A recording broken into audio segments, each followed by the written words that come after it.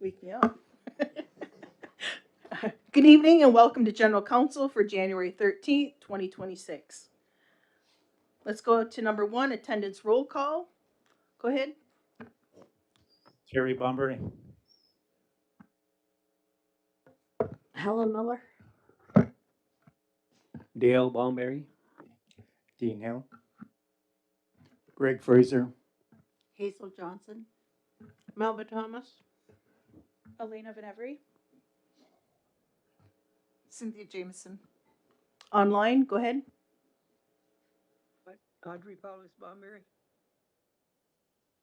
Amos Key Jr. My apologies. I just hit my first pothole, so I had to deal with that in the last couple of hours. So I got home just in time to jump on. Also, not sure where Leslie Green is. So number two, identification of media. See any? And let's go to number three, community acknowledgements and a moment of silence. Let's take a moment of silence to remember and pay respects to those that we have recently lost. Let's take a moment.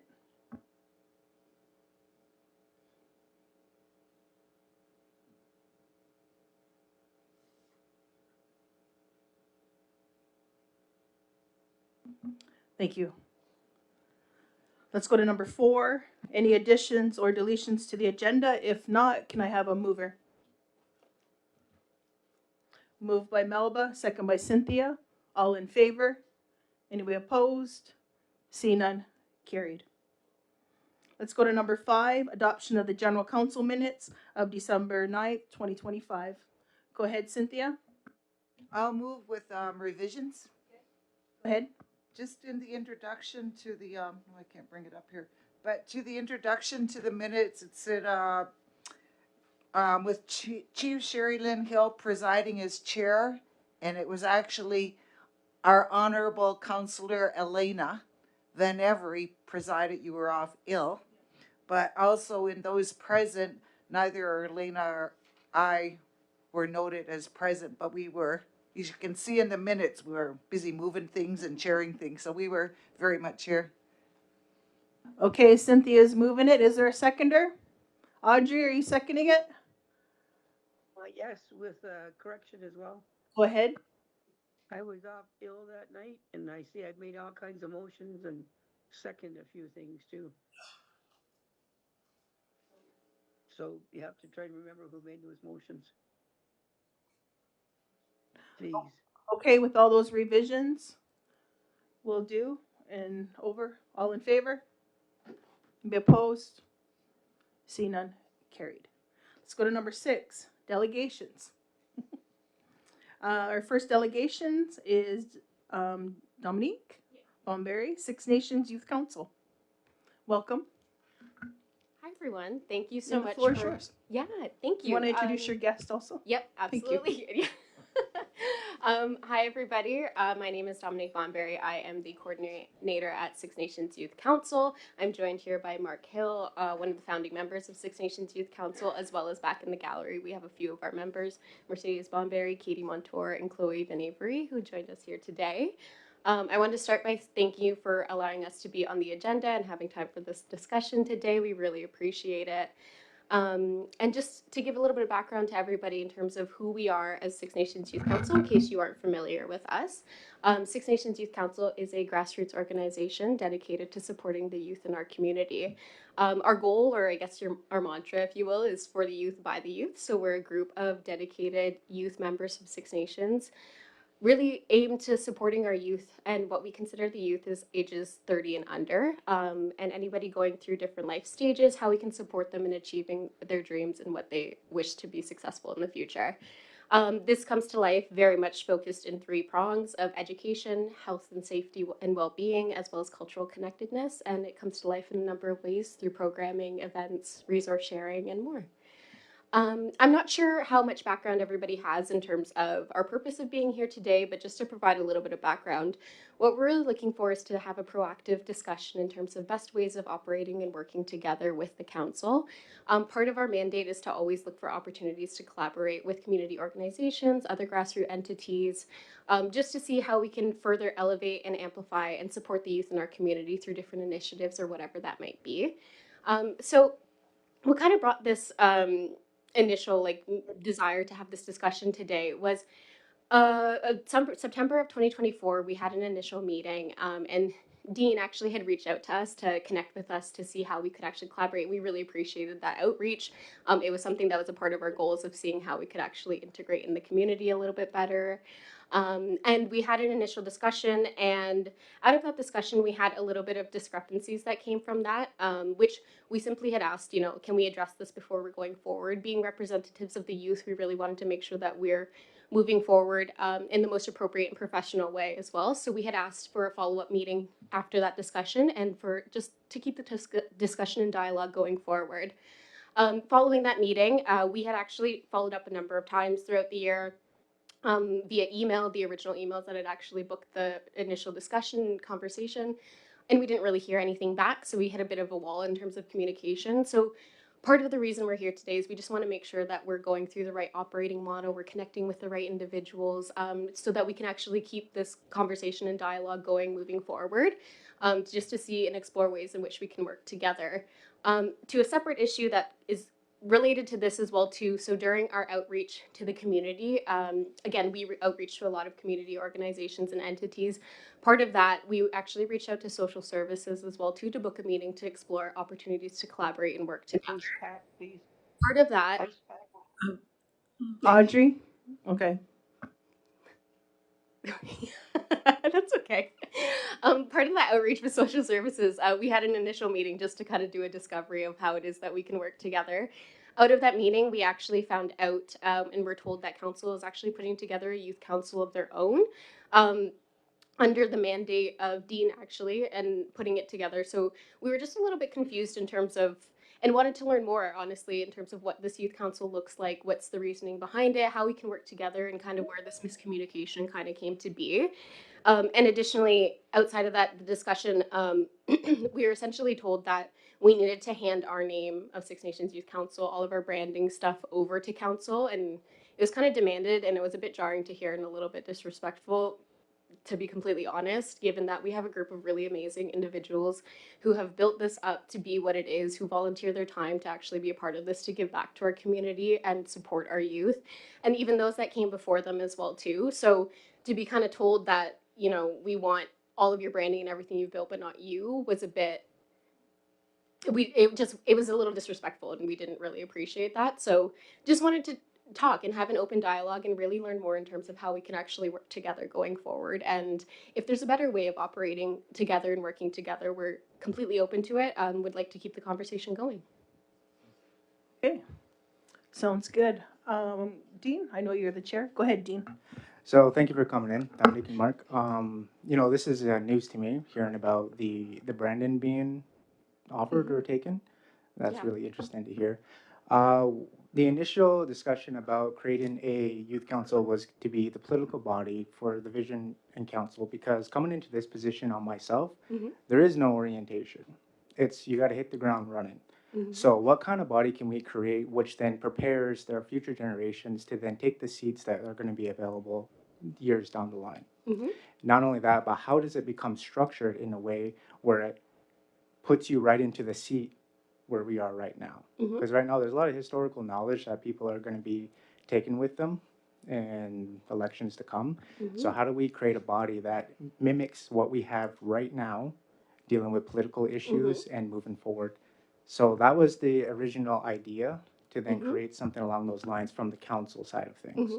Because in my time in the youth council, it was decided that it would continue to be a grassroots organization on its own. Okay, and if that's where it was during that time, that's no problem. It had no association with the council. I understand that you did have a meeting with Arliss Sky, correct, for director? Yeah. And I don't know whether or not that meeting went to. So do you want to elaborate on what was said during that meeting? That'd be really helpful for Yeah, I background. can absolutely elaborate on that. So when we had that initial meeting, again, it was exploratory to see how we can actually work together with social services, what's actually being done there. And then from that discussion, that's when she mentioned that, you know, under your mandate, you had said that the youth council was going to be made underneath council under the original thought that there was no youth council present, which was what caused a bit of the confusion, right? Considering, you know, you've been a part of it previously. We had that initial meeting, you know, September of 2024. So I'm not really sure where that miscommunication came from. But when you know, we asked just to kind of see, okay, well, if that's the discussion, this is a larger, like, and again, it was said that our name needed to be handed over, our branding needed to be handed over. Um, which again, we didn't appreciate that being, like, you know, that wasn't a really nice way to go about it. But we then went forward to ask, you know, this is a larger conversation than just where we're at right now, just to avoid and address the miscommunication or whatever it may be, like what is the actual reasoning behind it. So we had requested that, but again, we hadn't heard anything back after that. If I can just- Yeah, and go ahead. So, thank you. Good evening, and it's nice to see the council again. So, I was asked by the youth council to join them and really give a little bit of the background of how we got here, and to just Dean really quickly to your points. What you're referring to is also a component of the election code, which also should be discussed in what you're trying to achieve. This has been a topic that has been at this table for a number of years. As you could recall, Chief, we've had multiple discussions in terms of elder representation in addition to young people, youth representation, and how we could establish roles, you know, maybe whether it be an advisory role to begin with, to at least to say, you know, because when I first got elected, and I could feel your pain, Dean, because there wasn't much orientation when I was elected either. And I think that was something, you know, that we were looking to build upon. But the beauty of the youth council was that it remained independent, as we recognize there are two governing bodies in this community. The youth council at that time, and mind you, it was established in 2014. With Chelsea Johnson and myself, and as well as the logo and the branding that was all created was done by a young person in this community as well. So we asked for guidance at that time of the young people and what they wanted to see. And at that time, they wanted to remain independent. They didn't want to see a young person come to say, well, just because you're under the elected council, that means, you know, I don't want to go, you know, may not agree at times with the issues the elected council are doing. So let's remain independent. And that goes vice versa with the traditional council. So that at that time, we went to present to the traditional council as well, to just advise them as at the work that, you know, that we were doing and wanting to achieve, and to you know, really engage young people's voices. One of the main pieces in the topics was that there was a lot of decisions being made on behalf of young people, but there was no young people in the room. So that was a challenge. And if you recall, I think at one time, this is from former Chief Ava, she said, well, do something about it. And that's when we got together and we started to build upon what a youth council could look like independently. And it was made for that reason, again, so that it would just, we didn't have to be tied to any political pieces. As you know, obviously at times it does and can get political, but that's up to the youth body to decide. And I think that's something that the beauty of giving the youth their voice, and I think that was that time in Melba, if you recall, there was also discussion of an elders council. And so, you know, I'm not sure where that got to, or if that ever became into fruition. However, in 2014, there was a youth council that was established. We're going on 12 years. And there was challenges, don't get me wrong. And part of that challenge was the support of and how we would look to it. And you may recall funding being a main problem. And this was also during the time when we were building DEJA, which is obviously the Youth and Elders building. And so we were also looking for space, because at that time there wasn't even space to meet as a group. And so we thought, you know, there would be an opportunity to turn some of those rooms, or a room dedicated to the youth council, so that they could use at their disposal, you know, whenever they want to meet. And so that was some of the challenges, but also having a coordinator position. That was something that we recognize we need further support in, because again, young people they're very ambitious, right? They're driven, they want to do things in this community. However, they need support. And so that's where the coordinator position came into play. where again, council was very gracious to support that coordinator role, and as well to receive funds from the Ontario First Nations Limited Partners partnership funds, they also formerly known as the Rama dollars. So that at that point there was a $25,000 initially for the youth council that was still through finances guidelines. So it's not like the youth councils at that time, they would administer it in a way of obviously motions and having, structure and understanding what finance guidelines look like. But it was also administered by this finance central admin. And that was again to then support in whatever the activity of young peoples and what they wanted to achieve. So that there's a little bit of background to this, and I also when I was told by Dominique just of the council wanting to take over the name, but that's not their name to take. It belongs to the young people. And that's where it gets political. And that's where what we didn't want. At the end of the day, it's up to the young people that should be advising this council on decisions that affect and impact them. And that was why we established the youth council. It was to remain independent for that reason, and so that they could be, they could speak freely. They weren't bounded or tied to departments. And I know, I'm not sure if it still exists, but silos are still very real. You look across health services or the Department of Well-being, you look across social services, it's all about data and numbers, right? So now we're having competing factors, and that was never ever meant to be. It was meant to be inclusive. It was meant to look at again the aspirations of the young people, and it was meant to really have a body to have an open, accountable conversation, and then further decisions on activity that they wanted to do. So that's that's why I'm here, because as a founding member of that body, I want it to remain independent, because that's the beauty of having young people. We all talk about passing the torch, uplifting our young people. Well, how are we doing that? That body was meant to do that, and it still does that today. Yeah. Thank you for sharing that. Dean, do you have follow-ups? Sure. So thank you for the background, Mark. I know like that was really helpful for the community to understand where the organization is and where it stands today. I think moving forward, some of the solutions we can do, considering that you mentioned the funding and those type of things. The funding does have to be tied somewhere from the council side of things, and I know you know that as well. So maybe there can be an MOU established between the council and the youth council to then keep it at arm's length or away from the council, but at the same time there has to be a relationship with the funding, like other than it just going to. Can you use your Yeah. mic? Thank you. If you're looking down an MOU route, that is the relationship. It defines what that relationship looks like, and it can't always be just about funding. Our young people are worth more than just dollars and cents. I mean, yes, obviously that support is needed, but that's a totally different shift in terms of takeover, right? So if you're now discussing an MOU definitely defines a relationship.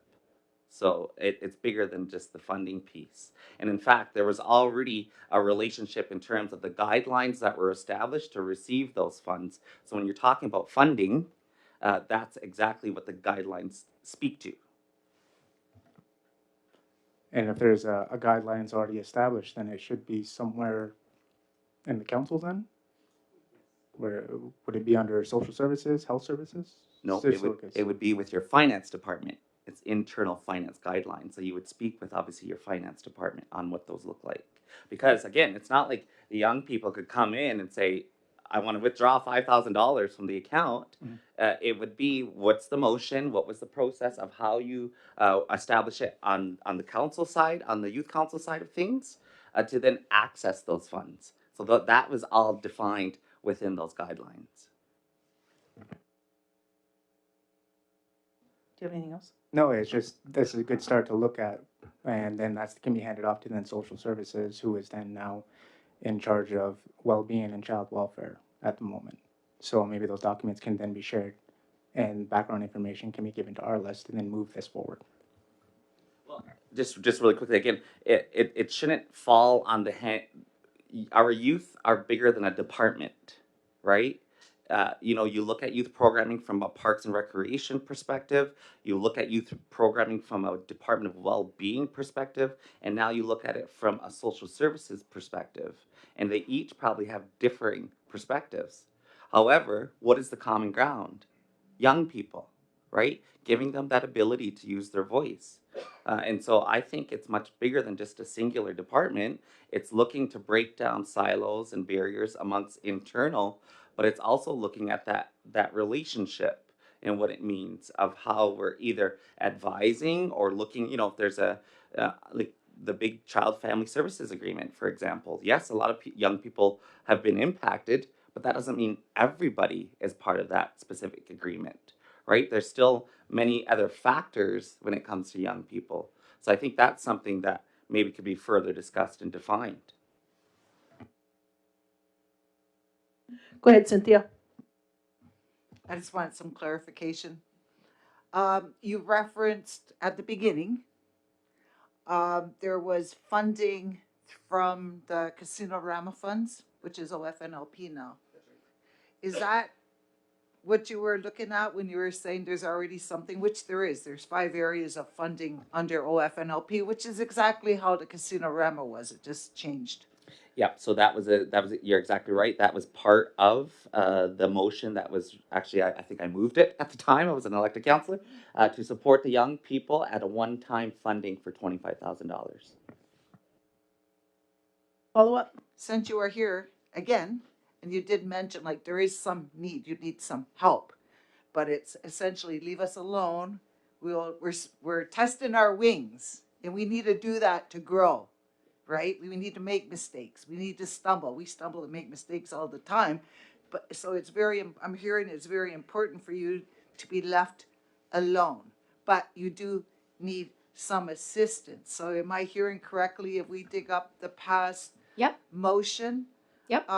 which would have been Casino Rama, so we would have a record of it, but have that change over to the OFNLP.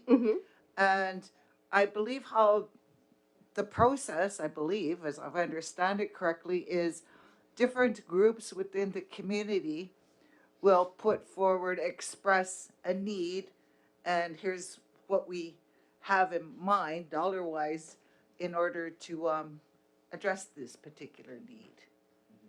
And so maybe we can get back to you. We'll find the motion and maybe come again. Is that where you were going? Yeah, in terms of that as well too, but also building off that too, just having that open dialogue as well too, in order to like understand like what it is, what are the other opportunities that we can in order to work together, and what capacity that means. Like to Dean, your point about talking about like wanting people to come in and have that experience to be able to take over these seats, that's a discussion that we can definitely have together to talk about what that looks like based off of the youth council and what they would like to see and our members would like to see, but also what we're hearing from the community as well too. And from your side, like you guys bring expertise as well too and experience that is valuable to us as we look forward.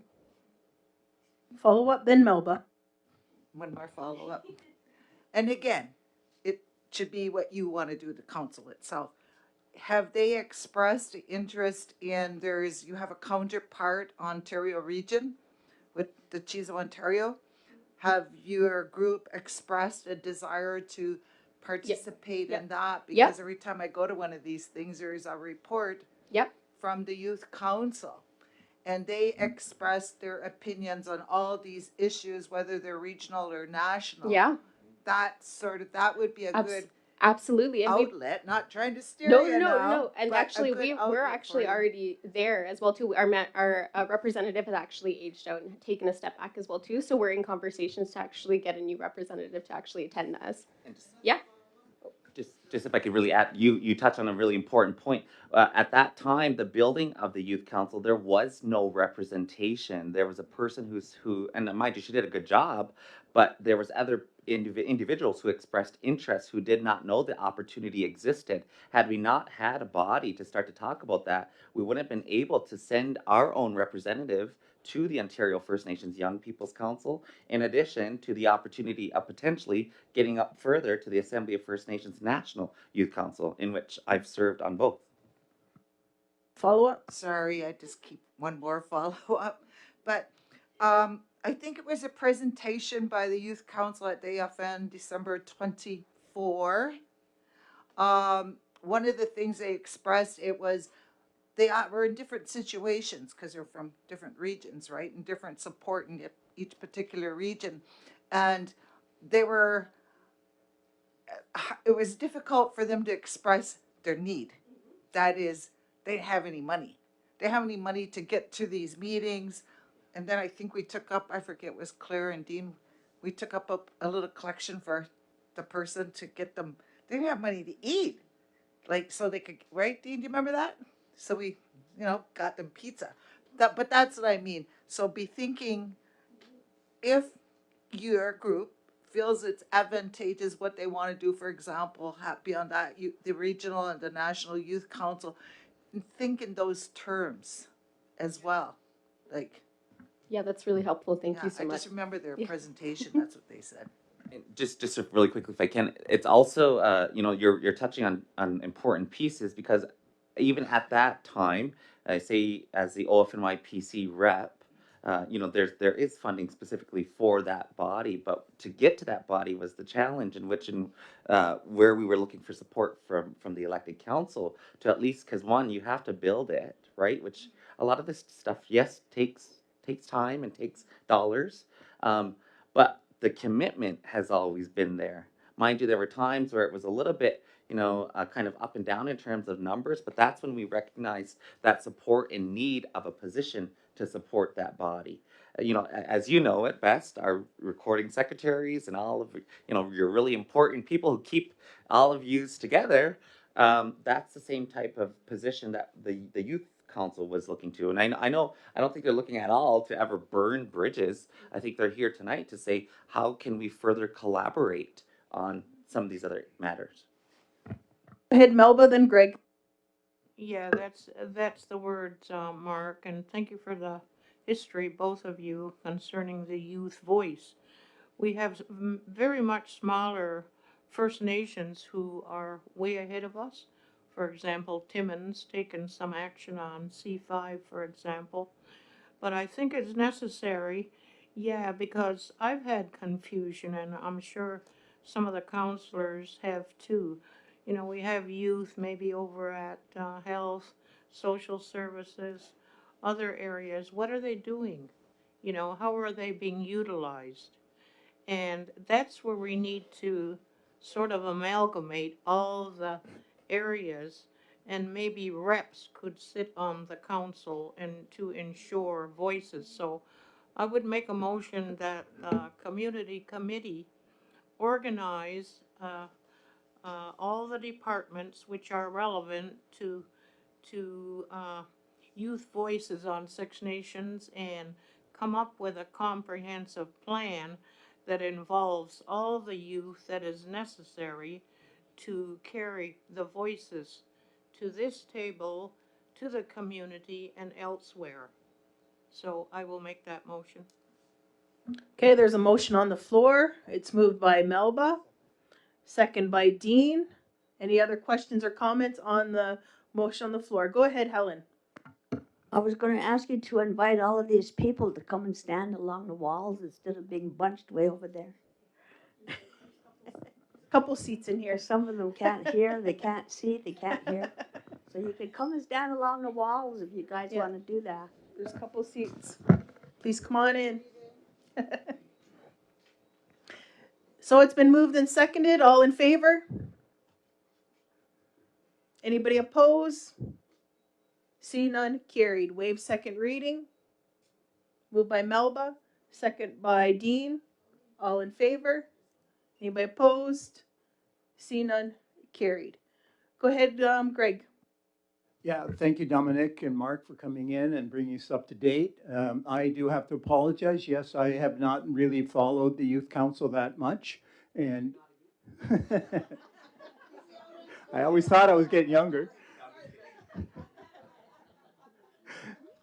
But yeah, at heart I am. At heart I am. The thing is that as I had the opportunity, Mark, to attend one of the youth council national conference meetings, and I saw how important it is for our youth to get us known across Canada, because as you know, with all of the areas, whether it is child and family services, whether it's our water issues, whether it's our education, well, because you have a voice in all of those things that will affect us, even not only us, but affect nationally, because their voices are really listened to, as well as our elders, as well. But I always found that Six Nations being the largest First Nation, that we should always have a strong voice. And I know Mark has been there, and he's spoke on our behalf, and people do listen. They do listen to Six Nations, and your input would be very valuable as we expand actually the knowledge of us across, not only in Ontario, but across Canada. So I think it's a vital. I think you're a vital part of our community, and I think that you're going to have a strong voice for us. So again, Nyawa for all your work. Thank you so much. That means a lot, and I speak on behalf of the Youth Council as well too. I really appreciate that. Go ahead, Audrey. Yeah, welcome, Dominic and Mark. I've been here for 10 years and I've been waiting for you to come to this table. I don't know what happened with all the communication and et cetera, but that's behind us now and we're moving forward. And I'd like to see us reach out to as many youth as we can to get them involved because they are our future leaders and we're going to depend on them. So we have to find a way of bringing your voice to this table on issues that you're concerned with. So there has to be kind of like a close communication so you know what's on the agenda, you know what we're talking about, and then you can give your input after you've had time to discuss it with your youth. So welcome to everybody there. You're our future, and I do appreciate you coming. Now, Thank you, Audrey. And that actually you raise a good point, and maybe one final question from our end. Is there a point of contact that would work best to take away and like continue this dialogue back and forth?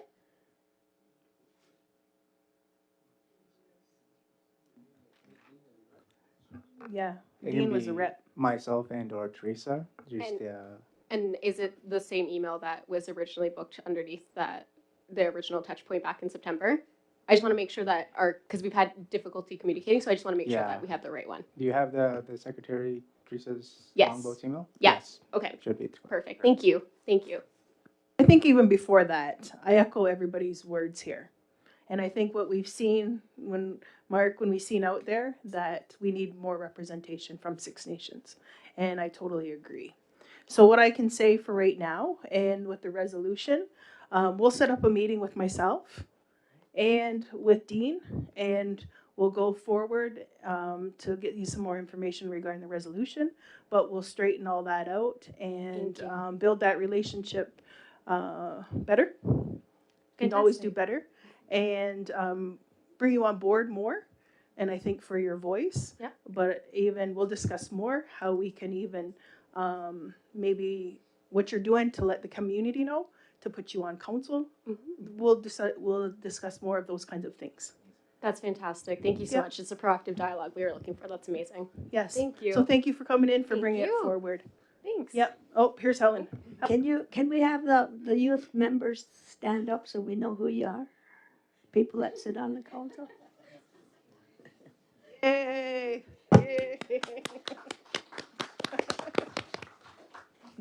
Okay. Thanks for coming in. Thank you. Yep. Thank you. We'll get that set up. And can I have your contact? Yes. Yeah. Teresa?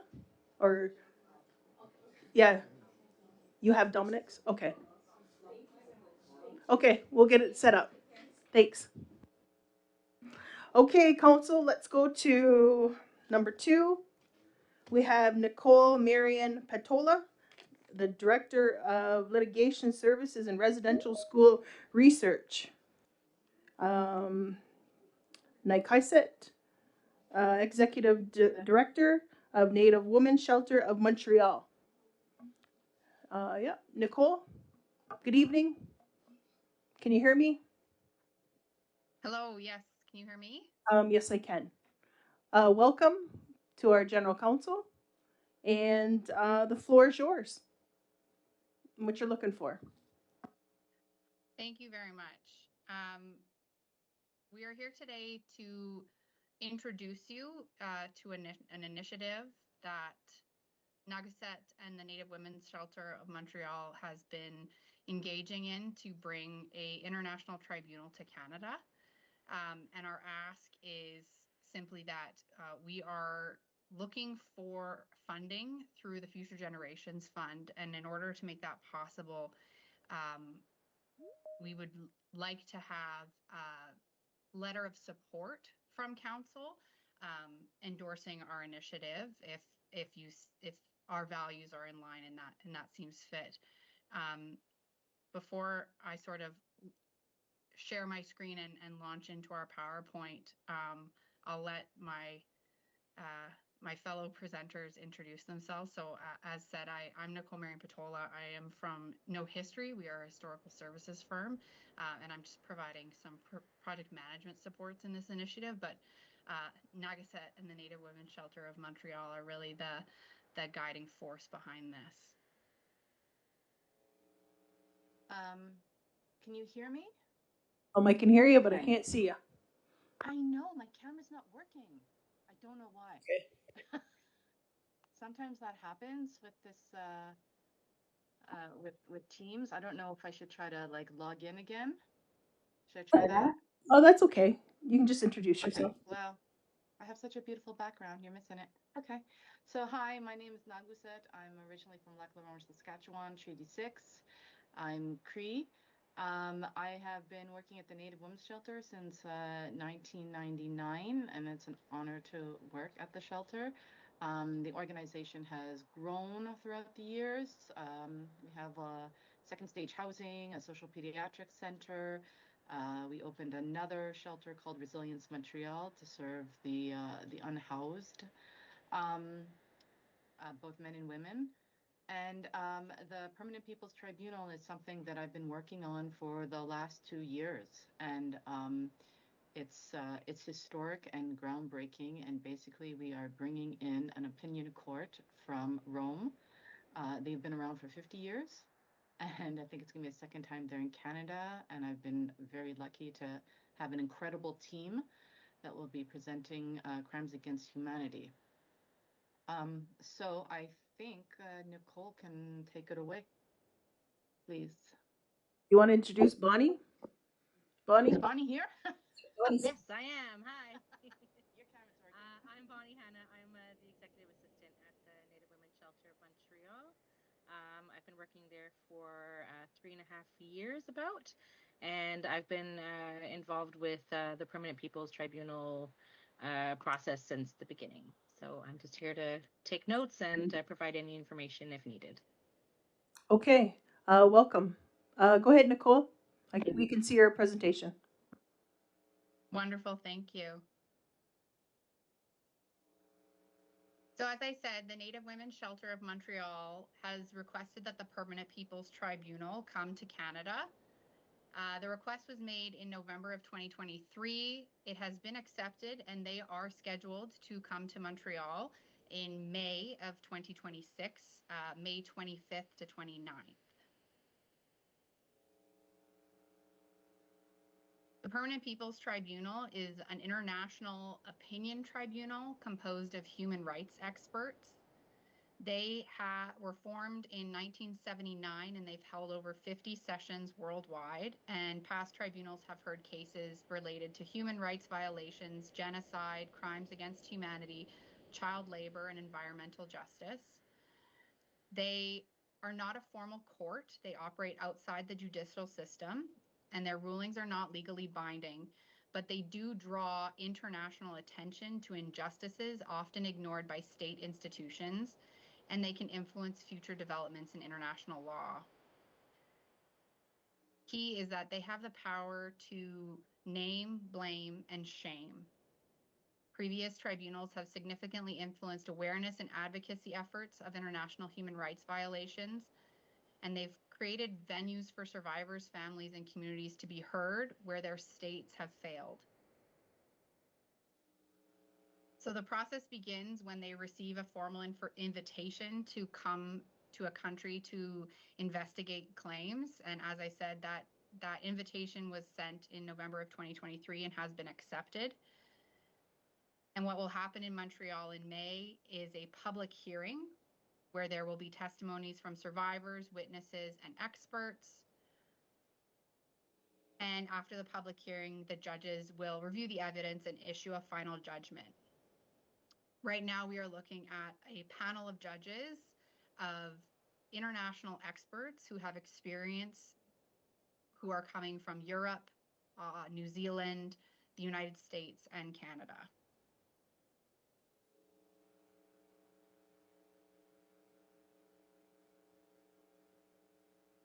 Why we have asked the Permanent People's Tribunal to come to Canada is to create a platform for global scrutiny of alleged crimes committed against Indigenous peoples and communities when Canada's legal systems failed to act. Specifically, we have asked them to investigate claims of crimes against humanity related to Indian residential schools. Right now, our team has identified over 2,000 examples of crimes against humanity and genocide in relation to disappeared children, mass graves, and unmarked burials. Throughout this entire process, our initiative has aimed to support families and communities in recovering truth, dignity, and justice for missing and disappeared children while creating space for healing and commemoration. I'll talk more about the partners that the Native Women's Shelter of Montreal has brought together to make this possible, but I want to emphasize right now that they are guided by a committee of elders and a survivors committee who have helped to plan out the goals as well as the process that has been undertaken to this stage and will continue to provide guidance throughout.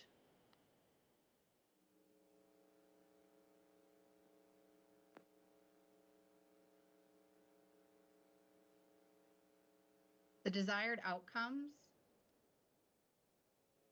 include furthering truth and reconciliation. Key here is that we are bringing truth to an international audience by having these international judges and an international opinion tribunal, and the hearings themselves will be live streamed internationally to ensure that the truth that has been gathered as part of the legal process that is underway right now gets aired out on this international stage.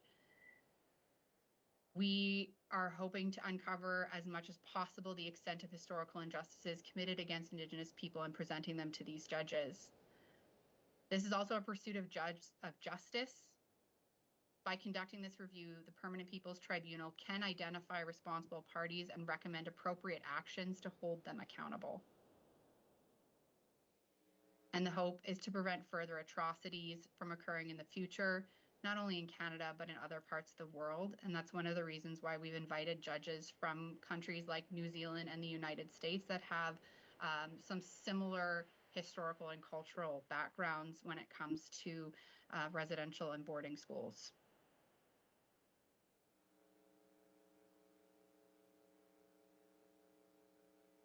We're asking the tribunal to review the evidence and recommend that funding, supports, and legislation be provided to facilitate Indigenous-led truth-finding processes into missing and disappeared children and unmarked burials, to improve health, wellness, and cultural supports for survivors, Indigenous families, and communities, to combat denialism, and to better align Canada with international standards on human rights and the rights of Indigenous people.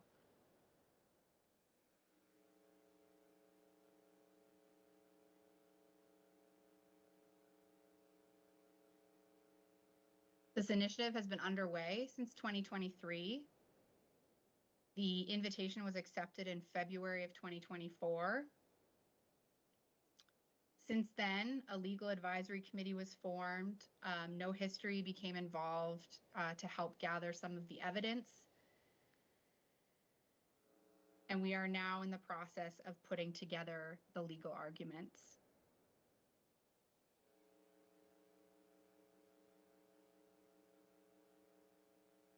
We're currently in a logistical planning and fundraising phase, as well as continuing the gathering of evidence and the identification of witnesses and the preparation of the plan for the hearings. Very shortly, the indictment will be sent to the Permanent People's Tribunal, and it will then be distributed to the defendants.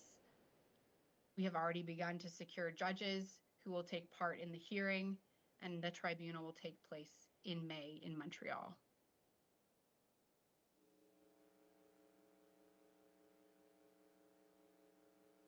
Partners supporting this work. Our prosecutorial team is being led by Aboriginal Legal Services with support from UQAM and Université Laval students in international law, as well as JFK Law, who is providing supports as well as legal advisors.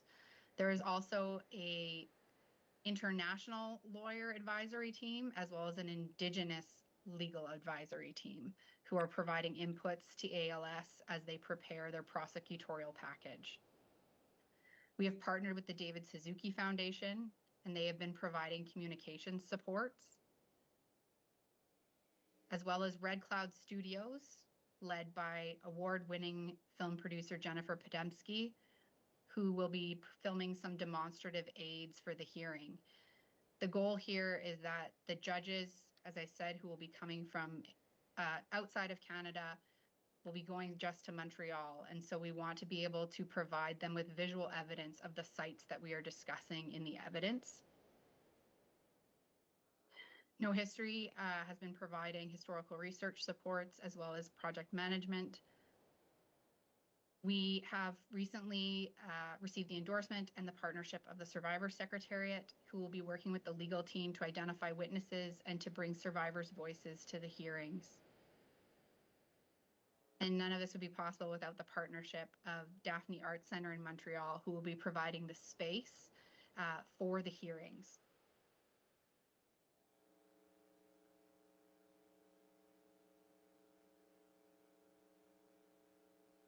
So why we are here today and why we are speaking with you on council is that we are seeking funding from the Future Generations Fund in order to continue our initiative. As part of the prosecutorial package and the witnessing plan, we will be presenting evidence to the tribunal that is related to children who were taken to the Mohawk Institute. We do have the endorsement, as I said, of the Survivor Secretariat. However, the Future Generations Fund has requested that we also include the endorsement of Six Nations of the Grand River through a letter of support in order for them to consider our funding request. And with that, we'll open the floor if there's any questions. We're happy to answer any questions that you may have. Okay, thank you for your presentation. Is there any questions or comments to the presentation?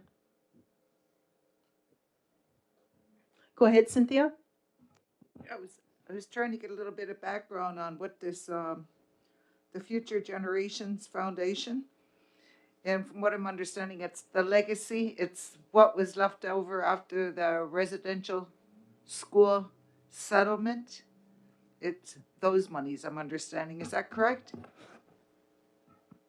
Yes, it used to be the National Indian Brotherhood Fund. They've since changed their name to the Future Generations Fund. But yes, that's where the money is coming from. Go ahead, follow up. I was curious, but then it also said with the Lululemon Center. What is the Lululemon Center? That I'm not aware of. I have not heard of this.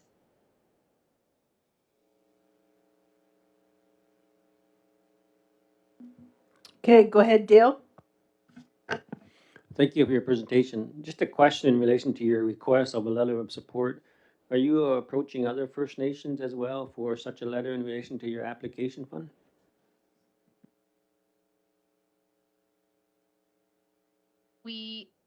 Right now, because we have focused a lot of the witnessing plan for the presentation from survivors from the Mohawk Institute, the main instruction from the Future Generations Fund was to consult with Six Nations.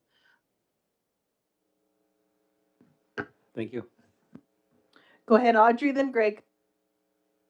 Yeah, what other first, what other, I guess, proposals that you've been successful on, are we able to see how they were done? Like, are they published someplace? And are you able to send us a copy of a couple of them? Because you say that they can't win any kind of a court case. It's not a court thing, but it's I guess the spirit of public opinion. So I'd like to see how this is written. And are they checked out by, well, they have to be checked out by your law firms, correct, to make sure that nothing is published that isn't accurate and true. And I guess I'd also like to know how much money you're asking for, and I guess how many people are working there as well. If you could supply those, I would appreciate it. Thank you.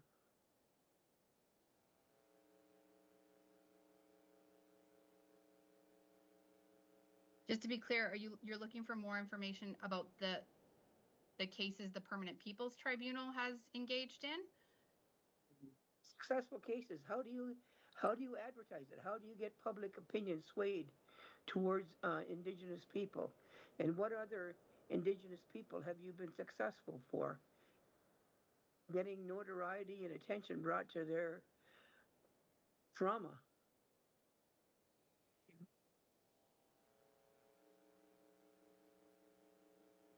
I think that the Permanent People's Tribunal, it'll be their second time coming to Canada. They're usually based in everywhere else in the world. So it's very rare for them to come to Canada. And I think sometimes when a European body comes to Canada, it could potentially push the government to perhaps follow through on the TRCs, or like I think there's probably maybe 4 or 5 pages of potential outcomes that we had to submit to the Permanent People's Tribunal, and that is something that all the judges will be reviewing before they start hearing the evidence. Because we're working with Krista Bigcanoe, I worked with her when she was prosecuting for missing and murdered, because I had testified for 3 days. And what we want to do is present evidence that is already sort of public knowledge, so it's not necessarily new evidence.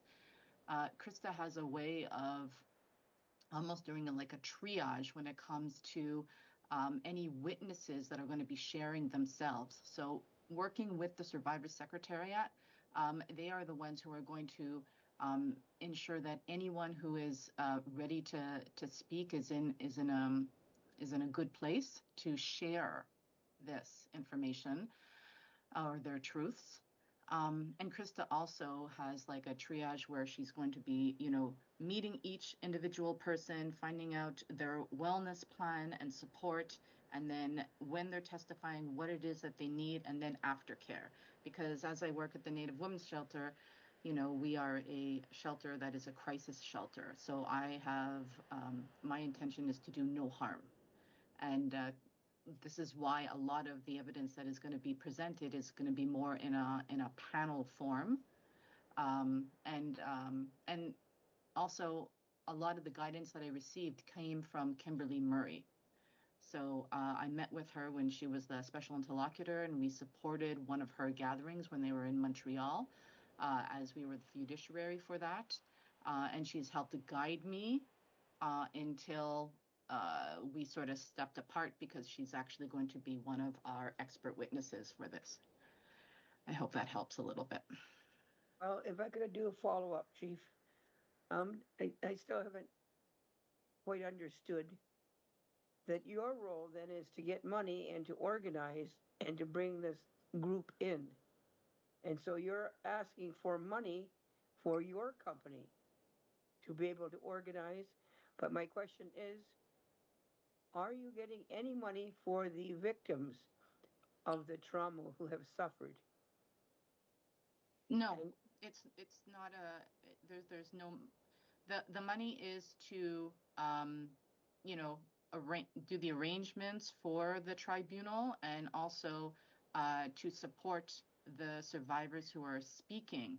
But at the end of the tribunal, there will not be any monetary like payout. It's just an opinion court. So it's an opportunity for those to bring awareness, because I think that with the TRCs, people know of it, but they don't really know everything. So I think it's going to bring like a new awareness. So sort of a follow-up to the 10-year anniversary. Hey, just to follow up again, how many First Nations work with your company? Oh my goodness. Percentage. Sorry, work within the organization. We have 100% board of directors that are Indigenous. The staff at the shelter, it's probably maybe 40-60. So 40 Indigenous, 60 non-Indigenous. We have multiple partners. All our, just about almost everyone on the Permanent Peoples Tribunal are Indigenous, except for Bonnie and Nicole and some of the international human rights lawyers. But otherwise, it's Indigenous led, and we're also working with Survivors Committee and also an Elders Committee. Thank you very much for your presentation. I appreciate it. Thank you. Go ahead, Greg, then Elena. Bonjour, bonjour tout le monde et bienvenue à notre territoire. Je m'excuse, mon français, c'est pas bon, mais c'est rare pour moi d'obtenir la chance de parler français. So I don't get, I was at McGill for 8 years. I do know Montreal fairly well. I've been by the shelter. I haven't been in the shelter, but I've been by there.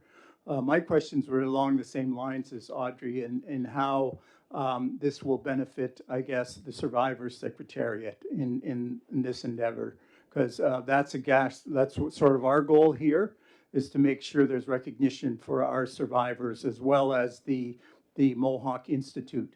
As you know, we had a great cultural experience there this year, and it was well attended. And I think it's knowledge that we have to continually spread and also give the story of the Mohawk Institute. But is that one of the objectives of your organization, to make sure not only Canada's aware, that the world is aware of what has happened and what is still, we still have missing children and we're still looking for them. So is that your main goal right at this present time? It's definitely about education. It's definitely about awareness. And because we are partnering with the Survivors Secretariat and we've met with Laura, we are taking their lead.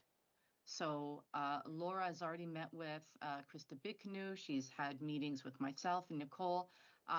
They will tell us how to do this, which survivors will be speaking. They have an enormous amount of ideas. We're opening. I would like them to lead and for us to support them in any manner.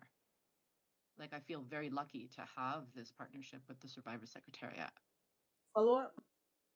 Yeah, I also see that you've on your sponsorship slide there, you had Université de Montréal and Laval, University de Laval. What about McGill? As you may not know this, but McGill has a strong affiliation with Six Nations of the Grand River. Money was used that was supposed to go to our economic development prior to the school's development. And that money was actually as a loan. And what happened was it was never paid back. So McGill has, and Six Nations, we do have a strong affiliation with that school as well. And of course, you've got Kahnawake. You got Kahnawake there right next door too as well, and Hochelaga being a Mohawk settlement. So I was kind of taken aback to see that McGill wasn't on your sponsor slide there. The reason why we have the University of Laval and UQAM is because they actually have a department on international human rights. And the University of Laval, the professor that is and lawyer that is helping us actually already did a Permanent Peoples Tribunal. So like, because we're presenting this to them, we really are working with people's best practices. It was never actually, we never actually thought about McGill as a partner, because the other two schools really sort of reached out when they heard what we were doing and asked to help. Go ahead, Elena. Thank you for your presentation. I'm just looking at what organizations need to provide with their application. Part of that is a detailed project proposal outlining the goals, the timeline, the expected outcomes, a budget, a work plan, and audited financial statements. I'm wondering if you've provided that with your request for support or endorsement. I don't see it in our package. No, I did not provide all that. We had already received monies from the Future Generations Foundation for the first, I guess, phase. And now we're asking them for monies again for the second phase. But that is easily provided. We can definitely send that to you. Thank you. Leslie? Hi, and thank you. Thank you for your presentation.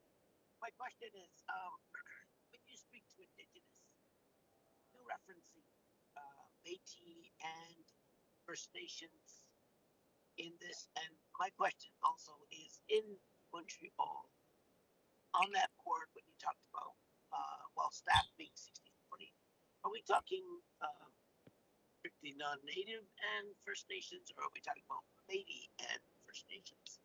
Thank you. I'm sorry, I didn't hear you very well. Can you repeat it, Leslie? You're kind of choppy. Okay. Thank you for your presentation. And my question is this. When you talk about Indigenous, and when we talk about Indigenous, it would be good if it was all First Nations. But my question to you is this. Does the board, is it made up of Métis and First Nations? And is the staffing at Montreal, is that, when you said 60/40, is that also Métis and Indigenous, like First Nations, sorry? Oh, okay. So for, oh, sorry, I'm sorry. Continue. No, I think that's it. Go ahead. Okay. For our board, it is mostly First Nations, and I think 2 Métis. For our staff, it is it's First Nations, Inuk. Yeah, First Nations and Inuk. We don't have any staff that are Métis.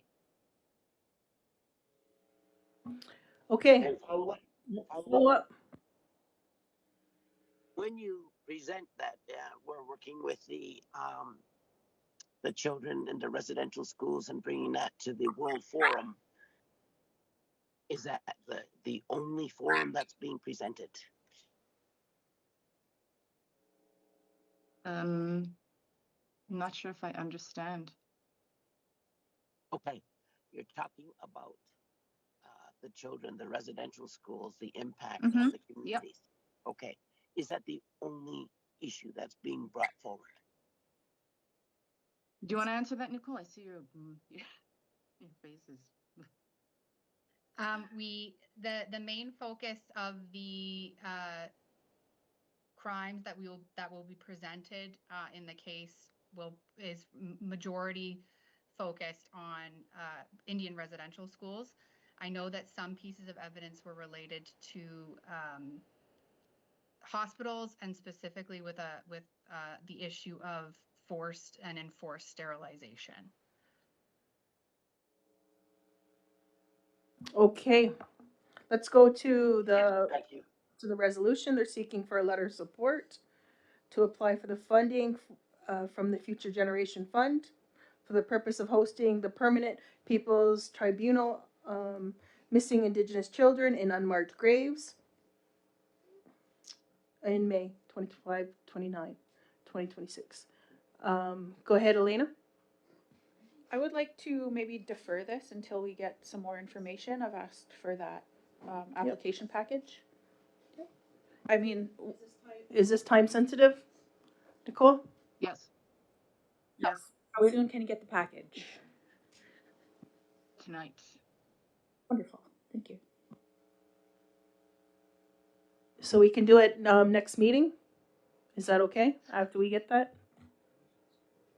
Yeah, and it's the rest of the council, unless the rest of the council wants to support the letter, they're asking just for a support letter. Go ahead, Dale. No, I did have another question earlier, but you did answer it in relation to the communication you had with our local survivors here. So I don't have an issue in moving on recommending for the letter of support or for the chief to sign the letter of support for their application. Okay, so it's been moved by Dale, second by Greg, to just, Amos is waving. Go ahead, Amos. Is there any questions? Go ahead, Amos. No, I was just waving to second the motion. Oh, to second it? Okay. No other questions or Yeah. comments? Oh, no other questions or comments? So we'll just move it. Melba? Go ahead, Melba. Yeah, I do, yeah. Some confusion here, but it sounds like a worthwhile move toward awareness, as they're calling it. And we did not hear from the Secretariat as this was happening. So it seems to be clear that they're going to be taking part to a certain extent. I look back at, they talked about the 10-year anniversary, and they want to review that. And Mr. Murray, of course, who was a big part of that agreement. I didn't. I still don't like it. What he called it was genocide, cultural genocide. To me, it was downright genocide, not just cultural genocide. Very concerning to me. And as you know, we have Audrey Hill here tonight, and she supported council with Mark and put a letter in and talked about the unfairness that was happening within really having all people, I guess, who were part of the applications not really being served as well as they should. And as we know, the legal counsel promised to come back, and they did not. So what you have is people that were not, I guess, receiving compensation to the level that they should have been at the time. So I don't know if Audrey has a few comments to make, but she certainly assisted general counsel. We all saw the letter, and then court, I think, was involved too at the time. So I don't know if she has a few comments or not. Go ahead, Audrey, and then we'll vote. Very few comments, because Melba's exactly right. She's already said it, that we took it to Supreme Court, that when we were notified twice in the community about the applications, it was suggested twice by the presenting lawyer, that we just go with the 10,000 and don't worry about it, because if we went with the 10,000, there'd be no questions asked. And what it amounted to was, it started in January, then the COVID hit, people lost their jobs, they lost their income, so they jumped at that 10,000, and then later realized, oh my God, because then the other thing is, with trauma, doesn't come back very quickly. Sometimes it can take years. Sometimes, the therapy, the post-trauma therapy is not even always successful. And I think the ladies up there that are speaking tonight, that are bringing this issue of forefront, I think you realize that trauma is still, it's intergenerational trauma, and our people were not properly compensated, and the courts did not recognize that. And that's all I've got to say. Thank you for that, Audrey. So it's been moved and seconded. All in favor? Anybody oppose?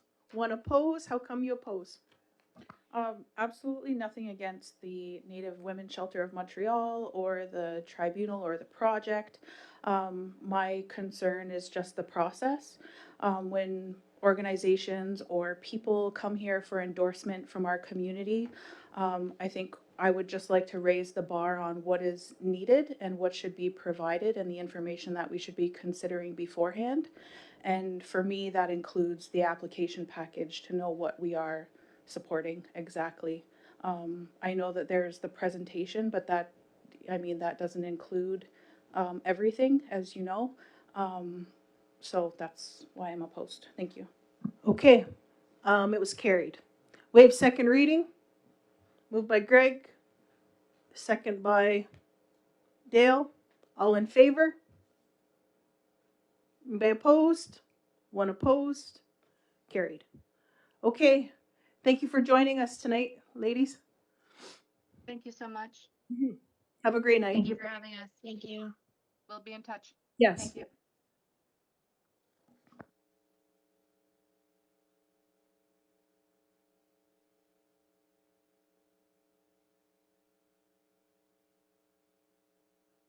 Okay, let's move to the third delegation.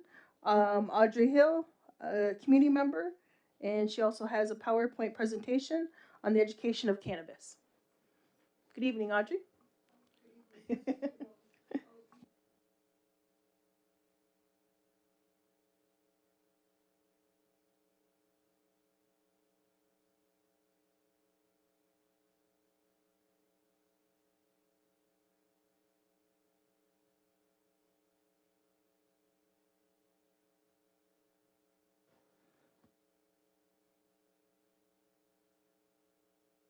Yep.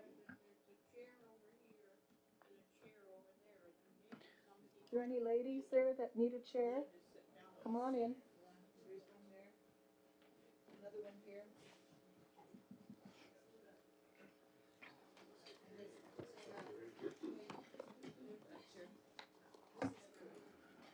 Okay, now, to speak, I push the red button and, Yes. and speak there. Okay. Yep. Hi, everyone. My name is Audrey Hill, and I'm very, this isn't my first council, but it's the first, not too often have I been in this council.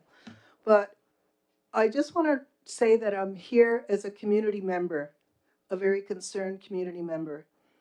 And I'm also a former cannabis commissioner. So that was in 2019 when we started this whole thing going forward. And I just looked at my hair in there. Oh my God. Okay, I'm good. You look fine. I'm good. Okay. Tonight, I just want to say that you'll hear a delegation of licensed cannabis business owners and people that work in their businesses and provide for their families. We're all community members. They are community. They found another outlet, another industry that did not exist here before, and that it does exist now as of 2019. So tonight it is to bring information to council. We're not here to debate.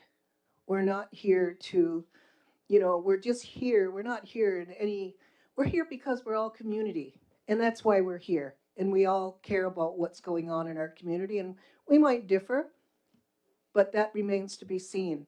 Tonight, you'll hear a delegation of people that will bring some very good information about the cannabis industry and how much it's grown, even since it started in 2015 in Denver, Colorado.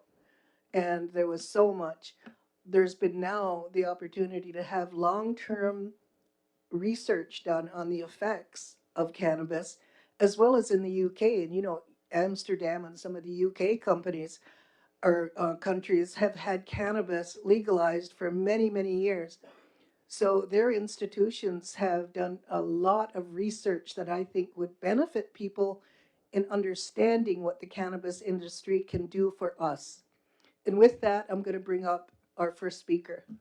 She can introduce herself. Okay.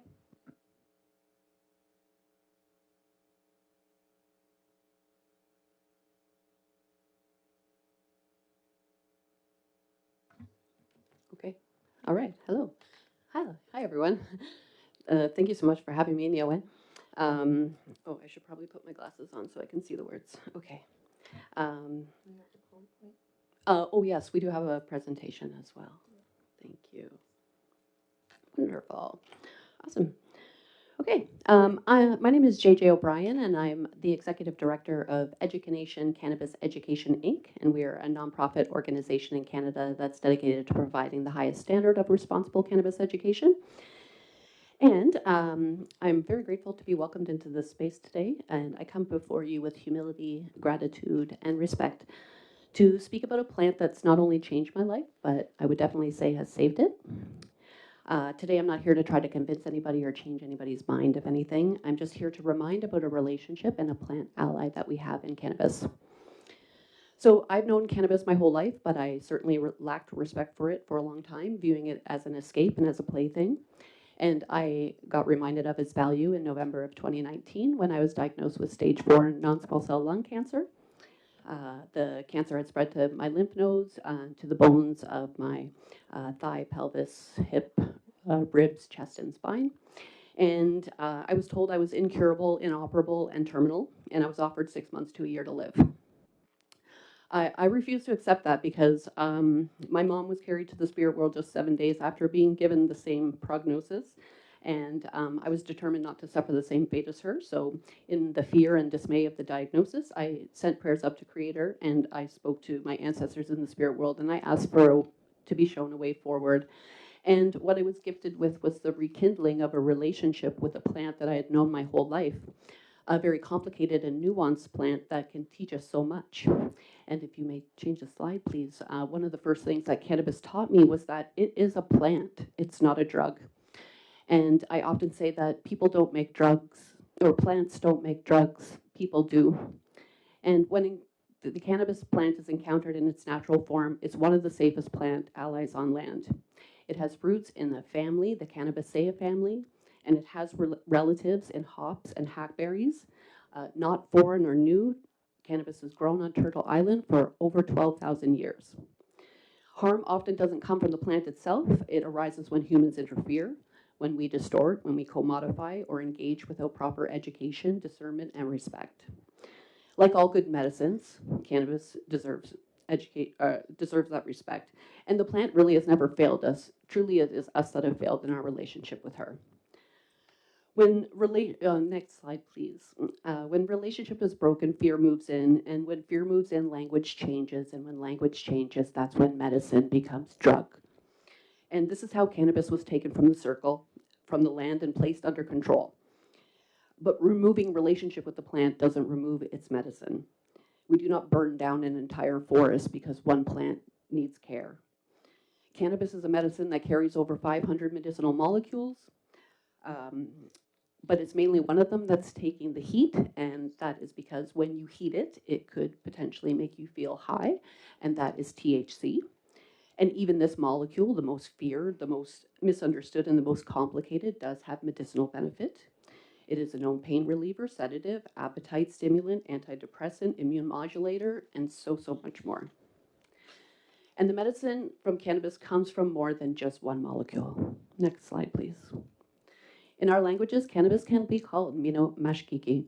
It is good medicine because it works relationally with the body, mind, and spirit, the land, the water, and the air, not as separate parts, but as one living system. And this plant just so happens to support the system within us that remembers how balance feels. I hope that you have all heard of your endocannabinoid system. Long before it had a name, our bodies already knew it because every being, 2- and 4-legged, carries an endocannabinoid system. And this system is how the body listens to the outside world, how it responds and returns to harmony after any external stress or injury. When external stresses take over, the endocannabinoid system can become deficient. And when that happens, cannabis can supplement or nourish the system. And it constantly reminds the body how to heal itself.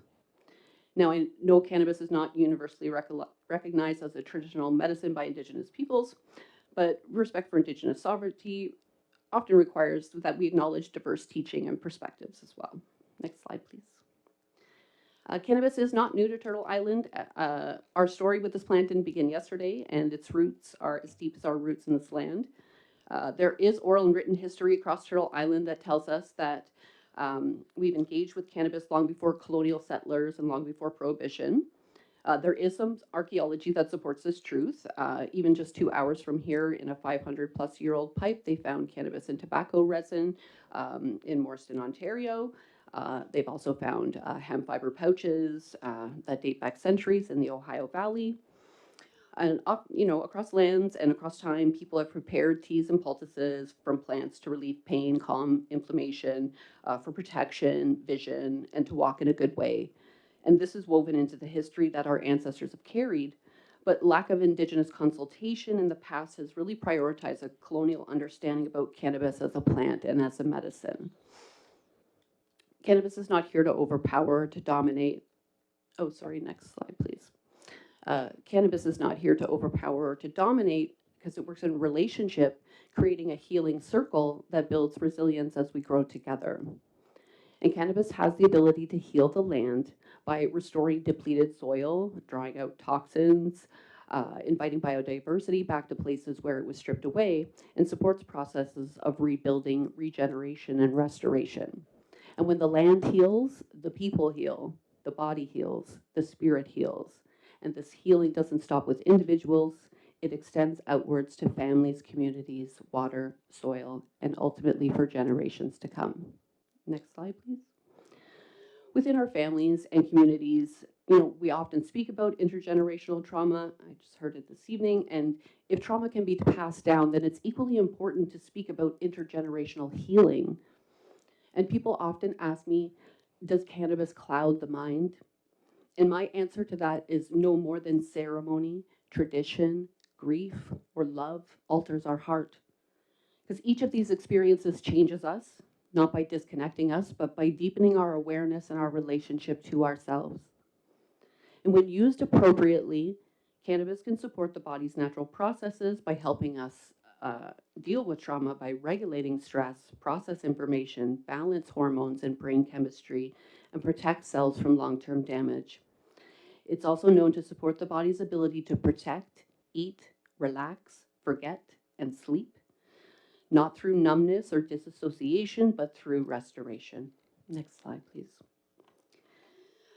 Cannabis is often called a gateway drug, and I do not believe it is a gateway drug. I believe it is an exit from substances that would numb rather than heal, an exit from pain that's never been managed, and from cycles that have been handed down and not chosen. And in British Columbia, there is a cannabis substitution project that's been going on for years, and over 80% of their participants have successfully weaned themselves off opioids with the help of cannabis. No methadone, no further dependence. And that matters because our people have been overprescribed and undersupported. Next slide, please. Now, I have heard some genuine concern over the smell of cannabis, and I'm here to assure you that the smell from the raw, natural cannabis plant is here to inform you, not to expose you to intoxication. All plants in nature release terpenes, sage, sweetgrass, cedar, tobacco, and the aromas that they produce are messages. Terpenes are how plants speak to the world around them. They're how they protect themselves and reproduce and restore balance in the body. And when we burn sage, sweetgrass, cedar, tobacco, we're not just performing ceremony, but we're speaking directly with the plant. And these plant scents can move through the body, but they do so gently to calm stress response, support immune health, and build resilience, like aromatherapy. Now, not the same thing as breathing in smoke from a THC-rich cannabis plant. This is a completely different thing, but terpenes and the natural cannabis plant are not harmful, and I would dare to say beneficial. Next slide, please. Cannabis, like I said, cannabis has existed for more than 12,000 years, and our endocannabinoid systems that we carry have been developing in our brainstem for over 50 million. And that would suggest that the cannabis plant was put here to nourish our systems. Cannabis has always been medicine, one of the most effective and potent, and our systems often benefit from it. And to deny cannabis is to deny ourselves, our nature, and the healing that it provides to the land and the body systems. Before legalization and licenses and government frameworks and storefronts, Indigenous peoples were doing this work. Organizations like Legacy 420 and Tyne Denaga were offering compassionate care when there was no legal protections to do so.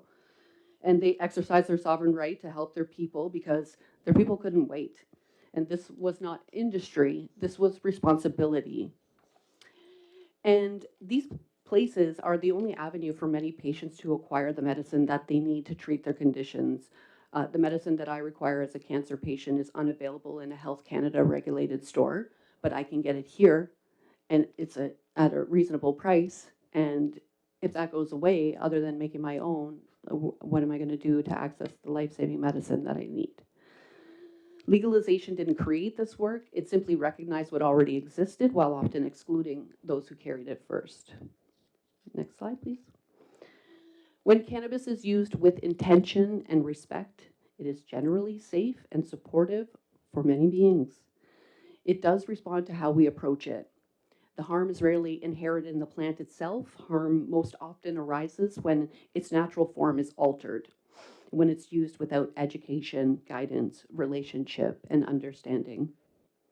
And the outcomes that cannabis can produce are shaped by dose, preparation, context, and the mindset of the person using it even. And when approached without care, of course, it can be misused, like all medicines can be. But when cannabis is approached in a way that our ancestors approached medicine, with humility, patience, and care, then it supports regulation rather than harm, working with the body's innate systems to restore balance. Next slide.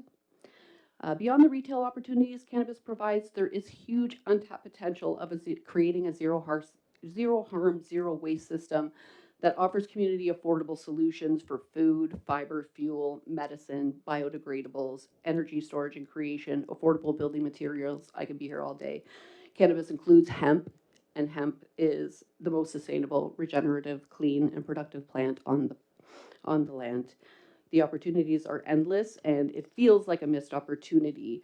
Cannabis does have tremendous economic benefit, but it is so much more than a commodity.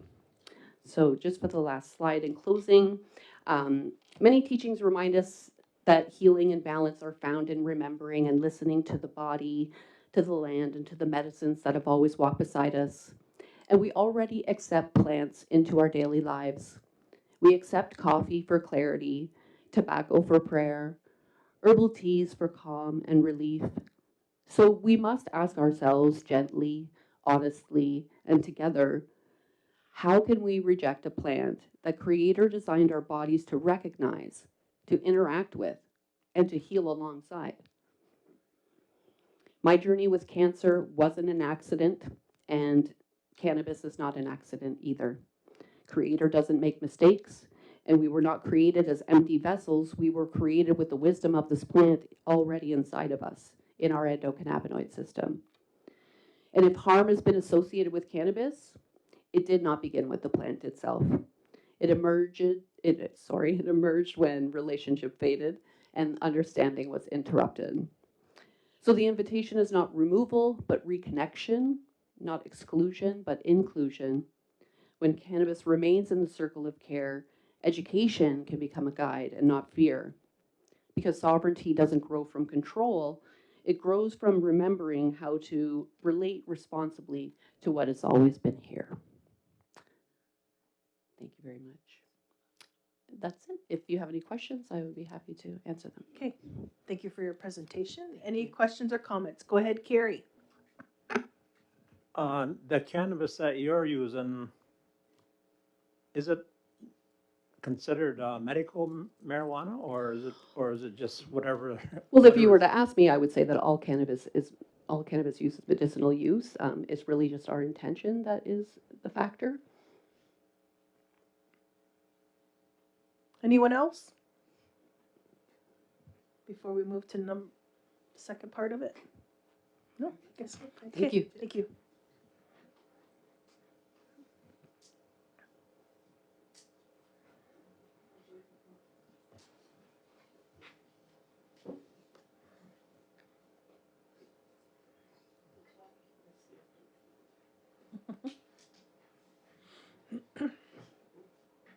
Oh.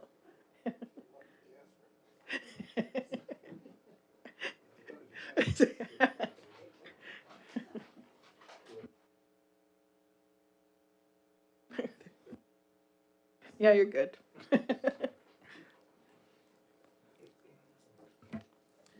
Good evening and welcome. Yep. Good evening, everyone. Back to the presentation, please.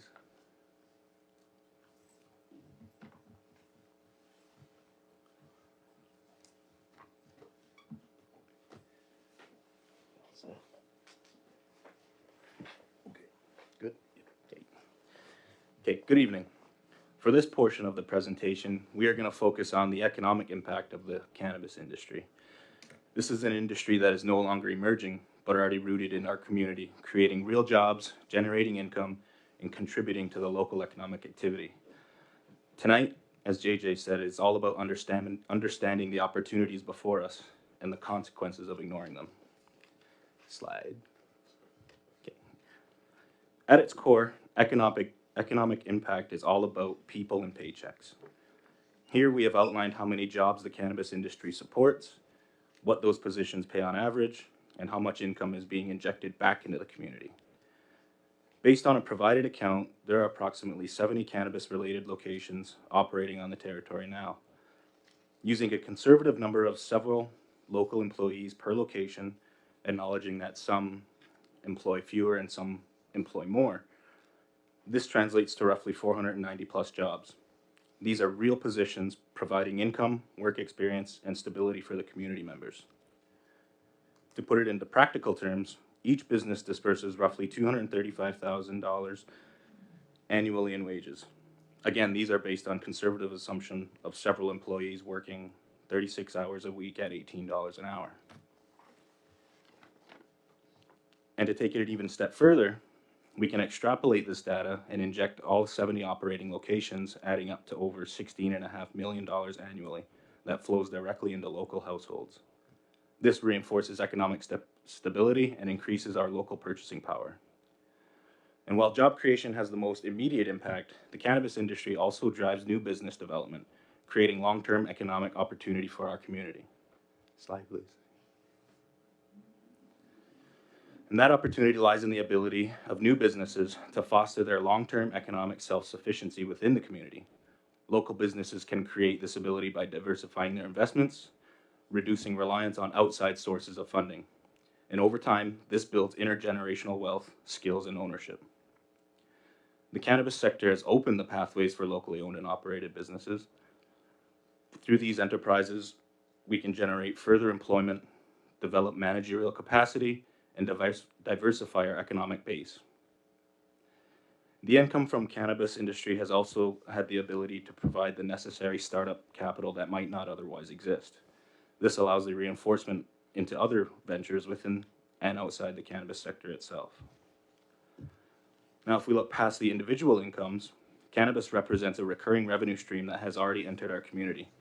Funds that, when properly structured, can support infrastructure, services, and broader community priorities. Slide, please.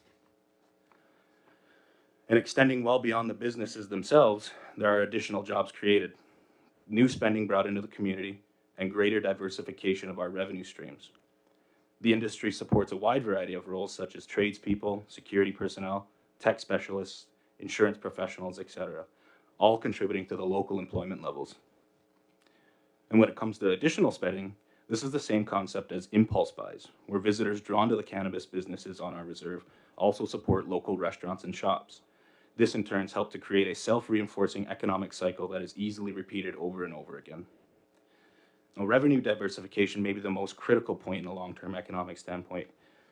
Historically, many visitors that come to Six Nations come for gas and cigarettes. Now cannabis can add a new revenue source, not only strengthening our economic footing, but also paving the way for potential emergence of other sectors. We've seen this witnessed already the success of gas and cigarettes in the shape of a speedway, restaurants, a recording studio, lumber yards, mechanic shops, and beyond. With cannabis's success, what else could the future hold? But now that we've explored all the positive contributions and outcomes, it's also important in an economic impact to consider what happens if we choose not to participate in a growing industry. These are called opportunity costs. Next, please. Oh, it's one back. There we go. In an economic viewpoint, inaction is still action. and it comes with heavy economic consequences in the form of lost jobs, lost income, and missed local investment opportunities. It is important that we explore these potential losses so that we can see just how they would affect families, entrepreneurs, and the broader community. Okay, now. Today, families and entrepreneurs have already heavily invested their time and savings and personal capital. Restricting access to the industry jeopardizes those investments, negatively impacting both households and the future generations to come. But with proper structuring, the community as a whole has an opportunity to benefit. However, the current local licensing frameworks and regulatory barriers have discouraged that participation, greatly reducing the overall revenue potential for Six Nations itself.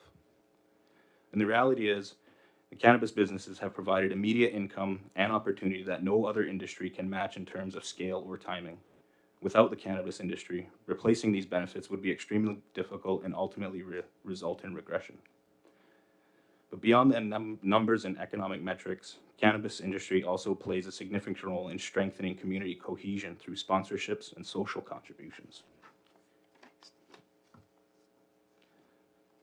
Sponsorships from cannabis businesses have a real lasting impact. Individuals receive support for education, travel, and equipment, while teams benefit with new jerseys, gear, travel, support, and team apparel, all contributing to having our local athletes look and feel united and be proud to represent our community. Whereas events like galas, charity events, tournaments, and holiday initiatives, all which have been sponsored by local cannabis companies, ensure that the community shares in these benefits, creating unity, pride, and opportunity beyond just the numbers. And when we take all these factors together, jobs, businesses, revenues, community support, these impacts demonstrate a clear, lasting benefit for Six Nations as a whole. Next. And that being said, cannabis is here to stay. When you take a left or a right out of this building tonight, drive 2 minutes, you'll cross paths with several tangible examples of this reality. The cannabis industry supports jobs, the development of new businesses, and a network of economy activity that cannot be easily replaced. With prohibition comes the heavy cost of lost income, those jobs, and all those opportunities, not just for the families and entrepreneurs who are already invested, but those directly and indirectly affected by the aforementioned network. And the question is not whether cannabis exists, but whether we allow communities around us to benefit from our loss, or whether we can seize this opportunity and create lasting prosperity here on Six Nations. Thank you. Yeah. Oh, yeah. Got you. Thank you, Rod. Thank all of you, council members, for allowing us to be able to speak to you this evening. I'm going to do a different approach than economic rationales and just give you just a small amount of my background. 50 years ago, I was in an undergraduate program studying economics and political science in Boston, Massachusetts. So I was schooled since I was 18 in the thinking that economists do and what economics is all about. And I worked with indigenous organizations and First Nations as a long part of my career doing economic development. So I've had a long time to think about economics. And there's, of course, like any discipline, there are disagreements even amongst economists, but I have formed my own opinions based on what I learned about the importance of economic choices. So I want to just tell you a story. I'll try to go through this as fast as I can of my own personal ethical decision on why I support cannabis. I don't take my ethical choices lightly. All of us, we've made mistakes when we were young people. I made mistakes in my early 20s like anybody else, and I've tried to improve my life and improve my ethical choices that I make since I was young. So here we are with cannabis. This is an ethical choice to me. Why would I support cannabis? Knowing as much as I do, I also studied science and engineering in university back then as well. So I'm aware of the science of this substance as well, some of it.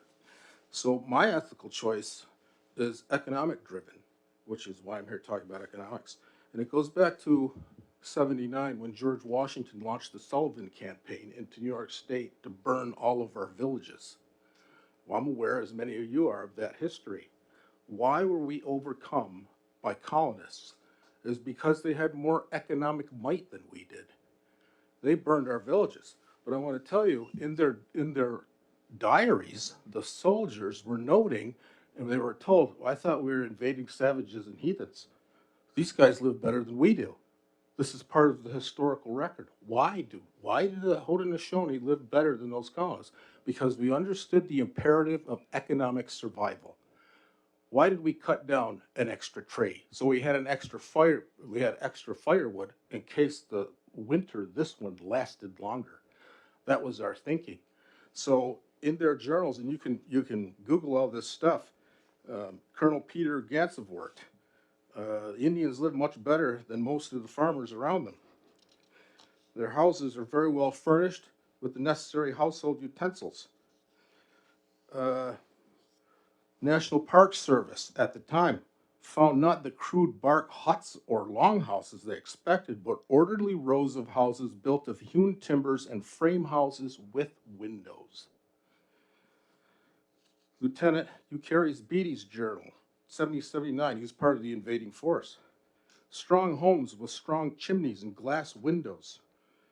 Great number of apple trees and orchards. Another one, Colonel William Butler.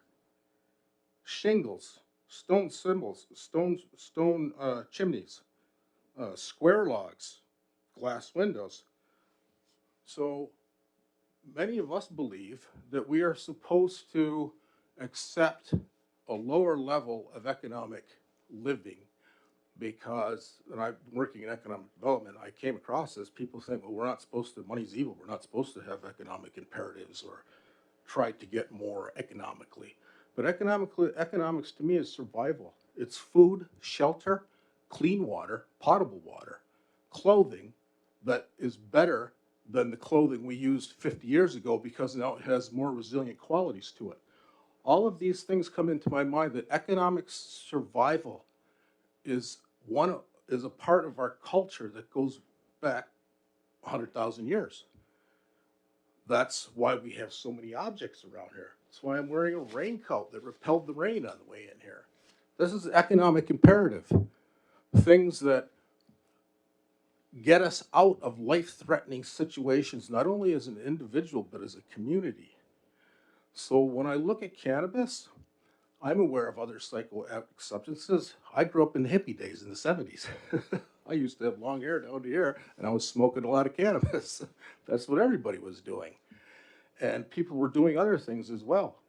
Hallucinogens, which I'm not an advocate of because a good friend of mine did LSD, and he stabbed his neighbor, his friend, to death while he was doing LSD. So I said, well, stay away from that one. So when we look at relatively the psychoactive harms of cannabis, I also know that sugar is psychoactive. It's associated with depression. It's associated with diabetes, with obesity, with cardiovascular disease, with autoimmune diseases. It's a thing that cancer feeds on. This is sugar. And I worked with a man, he led the sales team for Cisco, which was delivering all of the soda pop to our convenience stores some time ago. And he told me, you know who consumes the most sugar pops in Canada? I said, no idea. He said, Six Nations. They have the highest per capita consumption of sugar in soda drinks than any other community in Six Nations. Obviously, we haven't outlawed sugar for obvious reasons. There are other substances that are psychoactive, prescription drugs, obviously alcohol, tobacco has psychoactive properties. All of these things have psychoactive activities to one degree or another. So to me, the cannabis issue is one of how psychoactive is it and how harmful is it weighed against an opportunity to us to elevate ourselves economically so that we are more resilient against potential disasters and calamities that are coming towards us from the future. And we just went through a COVID emergency situation. There will be more.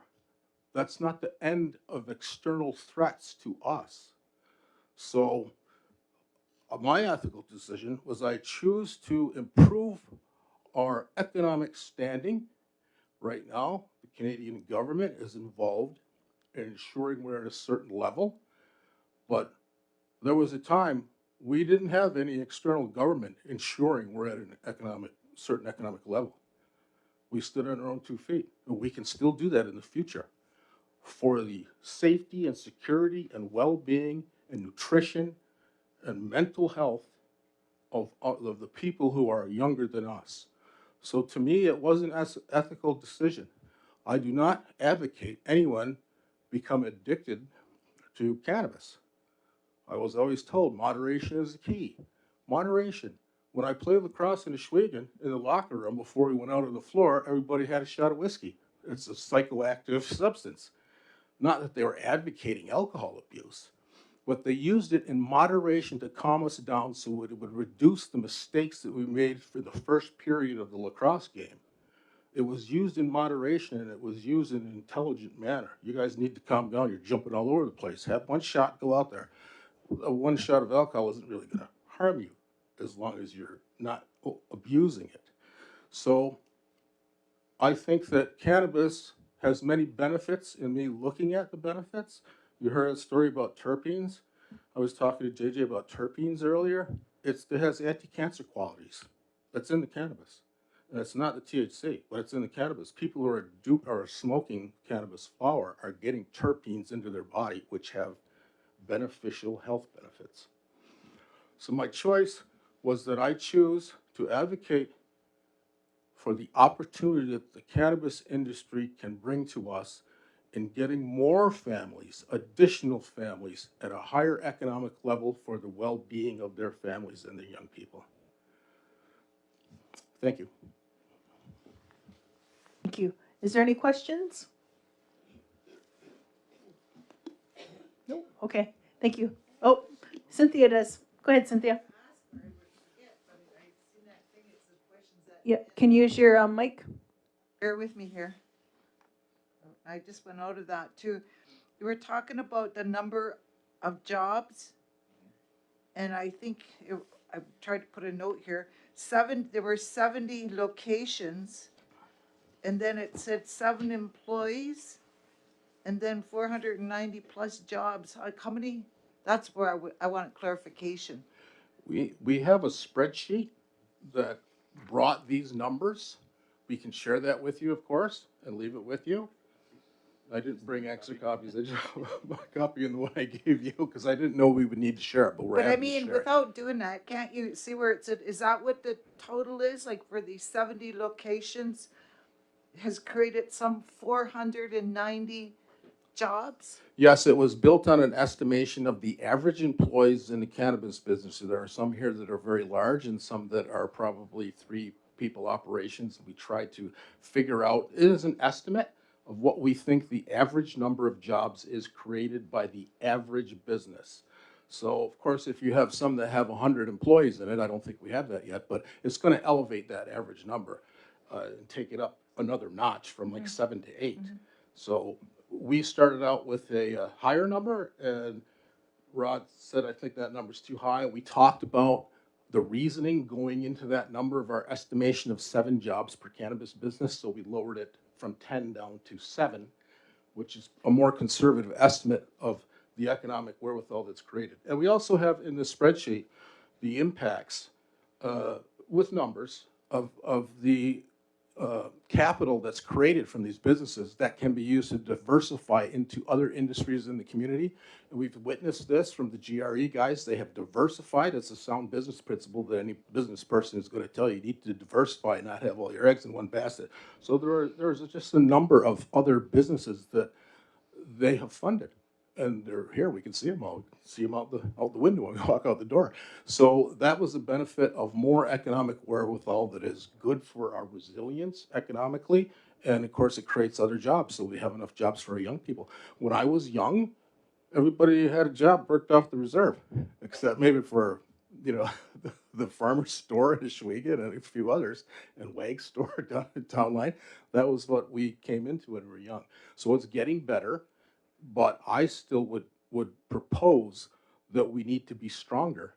And we don't know, knowing how the federal government can't look at us politically, we don't know if they're going to pull our funding. When I was working at the Chiefs of Ontario, it was known that there was supposedly a calculation in Indian Affairs that we just have to wait till 2070 because with intermarriages outside of your own band, the status, number of status Indians will be whittled down. And I don't remember this exact number, but it was a few decades ahead. There won't be any native people left because because of intermarriage, and now they lose their status and there's no more Indians. So we know that thinking is out there externally. So we need to protect ourselves, and it will take the economic wherewithal to be able to do that. So my ethical choice was I know that cannabis is not the perfect substance, but it is less harmful than a host of other substances. So I chose economic well-being, security, and safety was my choice, why I would advocate for the cannabis industry. Follow up? Go ahead, Cynthia. Yeah, thank you for that. Also, I noted here annual wages dispersed into the community, and it was 16.5 million. Now, what we hear. Oh, sorry. So, am I giving the right person? Well, she's speaking to it. That's all. Yeah. Yeah. Go ahead, Cynthia. Yeah. What we hear, and again, I have to recognize this is what we hear. You hear all kinds of things, but essentially, what we hear are all these workers are not from here. They're described as, oh, I don't know, Asian or whatever they're described of, but not from here. Can you address that? Yes, well, I'd like to point out what happened with the American Indian tribes when they allowed, when the American Indian tribes said we have a right to have casinos and gambling. There aren't enough indigenous people to provide the manpower needed to run those businesses. So I'm not aware that we have never utilized outside talent to help us move and advance economic initiatives forward. We have always used outside talent. All of the businesses since I was young have brought in the talent that they needed. So I know that there are a few businesses that use workers from off the reserve. I don't know what their situation is, but I wonder whether there are enough people available, willing, and able to work those jobs. Because we did learn about, when I was studying economics, there are so many skills needed to operate an organization, and you might not have all of those skills that is skilled labor or have learned that job well enough to be able to do that. So businesses are schooled in hiring the best person for the job. Now, we know I always advocate for a preference for people in our community. I would strongly advocate that there is a preference for our people, Six Nations people, to work in these businesses. But I don't know what their decision was, but I could imagine some of the reasoning behind it, that they needed more people right away to launch that business than they could find right away. It's natural for people to hire friends and relatives first. There was a study done in American industry, and for medium-sized businesses, not giant corporations, but they found that half of the people working in a corporation or business, medium-sized, in the United States, half of them were friends and family. That's how they got there. And you wonder what's the thinking behind that? Well, they know who they are. They know what they're getting. Better to go with the person, at least you know what their weaknesses and strengths are. And I know this person over here, and they're also vouching for each other. I know this person could do the job. They're really responsible. You're vouching for them? Yes, I am. Okay, then bring them in. We'll think about hiring them. That's a business rationale and an economic rationale. And it makes sense why they hire people they know. So I don't know what happened in the businesses that don't have Six Nations memberships, but I can imagine what they were thinking when that happened. But we want to get to the point where we absolutely need outsiders to man some of the jobs in our businesses. And that went through all of the casinos. All the casinos in the U.S. face that situation. Cynthia, did you have a follow-up, or are you good? Can you use your mic? Thank you for your explanation. What you say is true, of course. It's just the way it was, if I read the presentation properly, it indicated it was 16.5 million. I gotta put, when I'm looking far, I know glasses, I have to put these on to read. It said, what did it say here?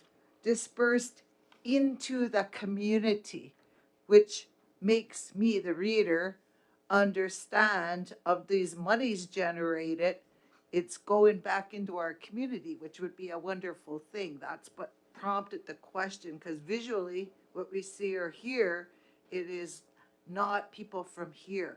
So therefore, these monies generated, except for some of the key players, would not indeed be coming back to the community. That's what prompted the Audrey? question. Thank you, Cynthia. And I would contend, if I could just respond. Since you pointed out, you've answered your own question. I think, by having to hire outside people because our own people sometimes Can are you- not ready to have a job. Is there a, sorry, Audrey, you got a mic? Is there a mic back there? Just so the ones online can hear you. That was all. Thank you. So I think you answered your own question. How many people are we actually employing from here? And right now, I mean, you'll go to any place like Tim Hortons or GRE, and a sizable number of them are not from here. So until we get our labor force more inclined to keep a steady job, then yeah, that number is a good estimate of where we're at right now. But you have to take into consideration that we do have to get outside help, and we don't want to do that. We don't want to do that. We want to hire our own. And look at there's quite a few people here tonight. Some have stuck around for the whole thing, some haven't, but a lot of them are part of the licensed business, cannabis businesses. Okay, so hopefully that answers. The other thing, Cynthia, is I'm aware of a little bit of your career, not all of it, but I know that you're comfortable with spreadsheets. So when you get a chance to look at it, you'll see how the numbers were generated. But the numbers were generated based on the employees and what their average wages are. And it built the spreadsheet to everything would cascade out of that. So you'll see the rationale behind those numbers. I have Hazel, Melba, then Greg. Go ahead, Hazel. Yes, I would just like to ask the question with regard to the Native employees that are employed in the various locations. What guarantee do they have? Are they paid money without no benefits growing? Suppose, like if somebody leaves school and they get a job in a cannabis shop, people do get sick. So supposing somebody is working for you and they get sick and they just go off, so they don't have any unemployment insurance coming in to help them live. So I don't know how I'm going to say this. Do you have anything in place where you're guaranteeing your employees' income, and also building a pension for when they get old, because everybody reaches that point when they can't work no more, and if they don't have any pension growing through those years, like it's almost like building a society of poor people, poor elders. I think that's a evolution of the business question. I think that startups are certainly pressed if you're a 4-person startup trying to make this business into a profitable business, and that is not assured, and you might lose all of your investment. If the opportunity is there where Six Nations people are not required regarding certain income taxes or the things you're talking about, if they're not required to do that, they're going to opt not to do it just so they can get this business to a point where it is a real business and it's going to be profitable. But I certainly think that what you're advocating is very important, because I've been a benefit of some of that myself when I worked off the reserve. In my retirement years where I am now, I've been able to withdraw some of those funds in my older age that were paid in back then. So I'm an advocate for that, for the well-being of our people, and that's the type of thing that we can certainly, you guys, that's your responsibility, not mine. You can look at doing, on the reserve at some point in the future when businesses reach certain levels that you're going to advocate to put that into place.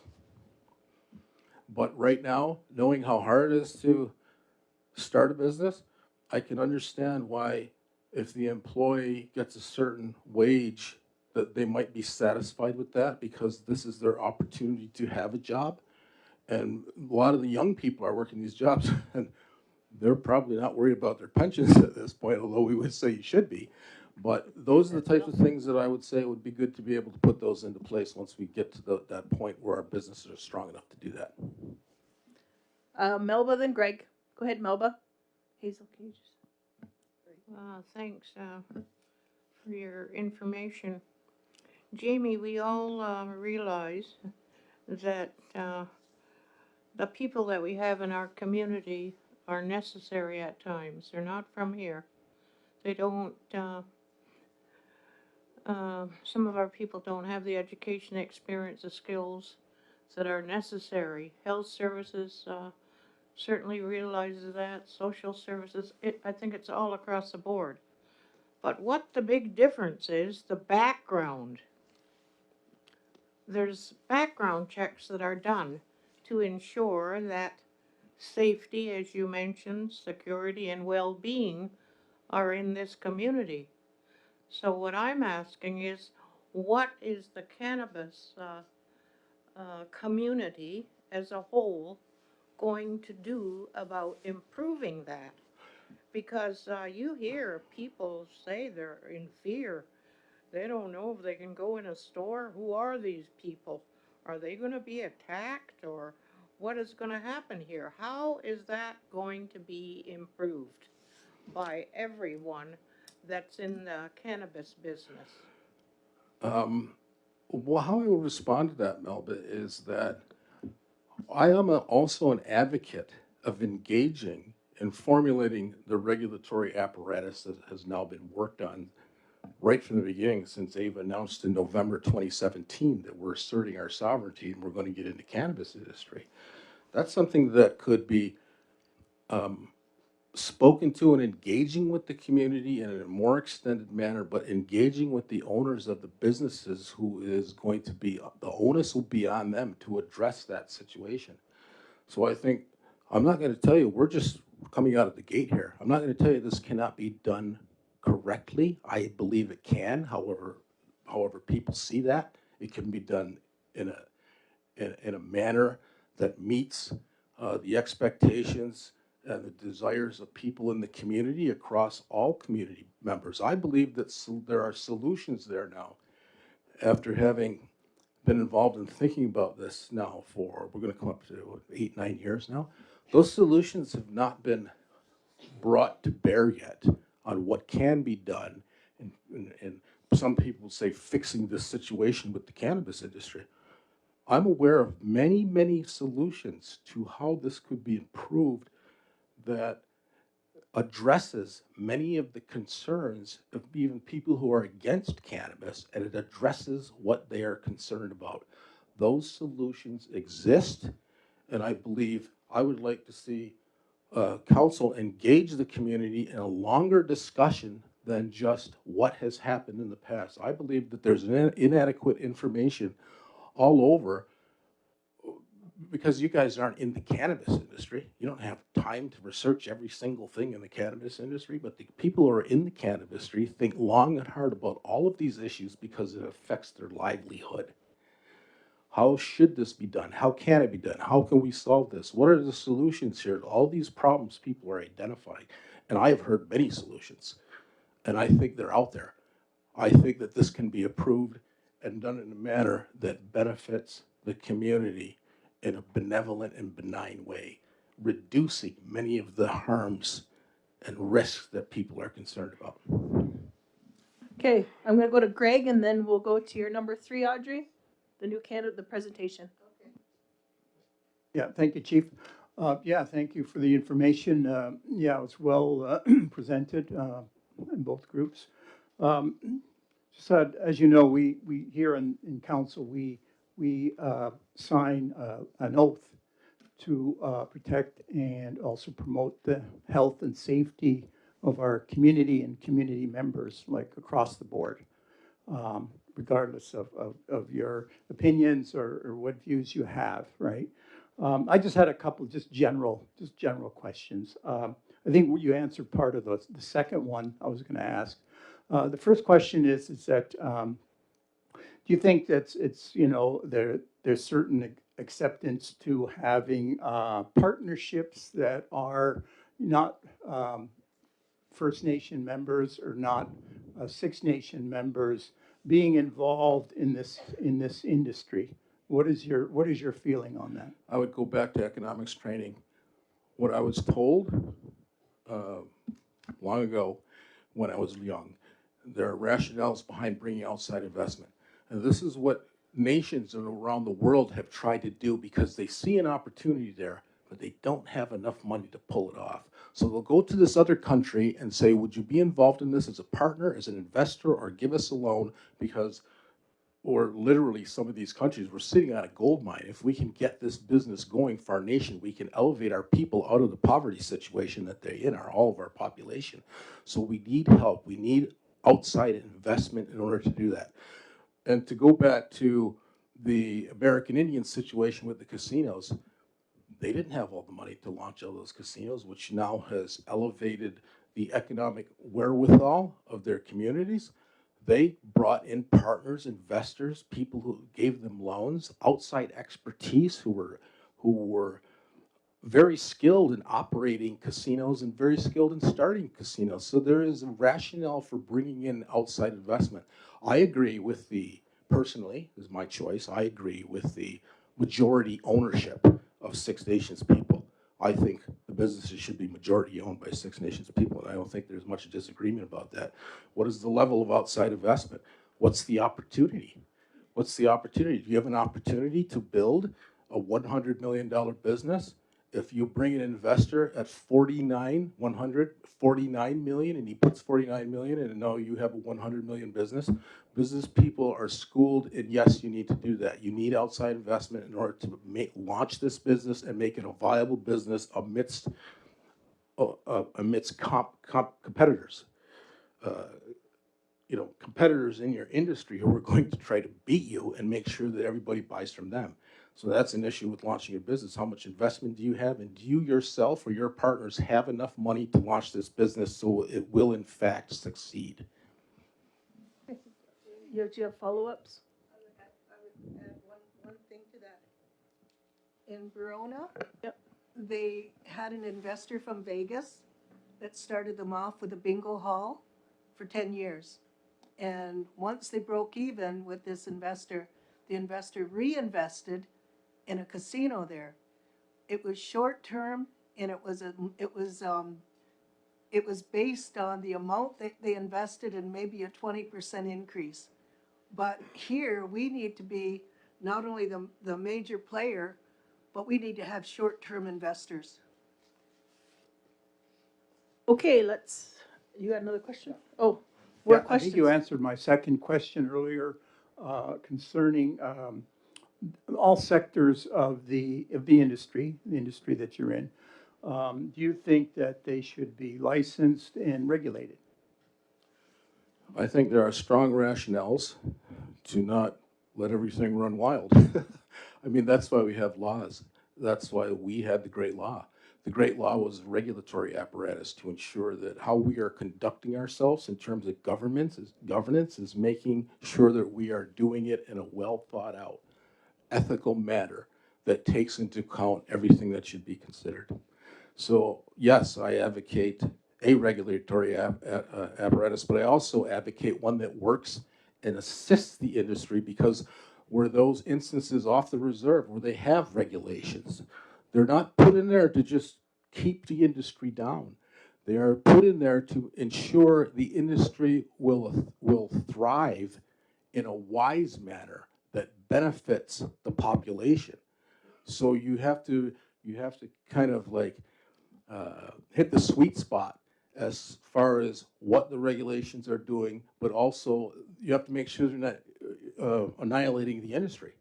So that's a skill, and there's lots of stuff out there information that you can get on what you should be doing with any type of regulatory set of regulations. And looking what would happen, I know we're just starting out, but I can see mistakes were made in the regulations that were put in place. I could see those mistakes. I could have, because of my previous training, I did anticipate them. I said, if you do that, this is the problem it's going to cause. So this is why I would advocate engaging with the owners who have thought deeply on this stuff and how can you regulate yourselves? You start with that question, and they'll say, yeah, we need to do this and that. Well, we should have this. No, we shouldn't. That's not good. But it's not good for the community, and it's not good for the business. Because remember, if your business is putting too many harms into the community, your business is going to fail. You cannot conduct a business that harms your community, or you're going to have big problems. That's part of regulations. But also, you have to have regulations that elevate them. This is part of the Harvard Economic Development Project on American Indian Development. Some of you are familiar with this, I'm sure. They came up with rationales. It was a 10-year project that Harvard did, probably about, 15 years ago. And they took out casinos, but they discovered that you have to create a business landscape that works for that community. You have to have governance that is a cultural match to the community. You have to have strategies that will work as far as elevating business development. But inherent in there is that the landscape of a proper business development would be put in place by the governance of the tribes. There were successful tribes without casinos. And one of the things, just for instance, the excuse me, I'm getting dry. I'm out of water. The White Mountain Apaches were successful without casinos. Their governance system matched what the U.S. government put in place in 1934 that they were forced into. And they just went, oh, we already do that anyway.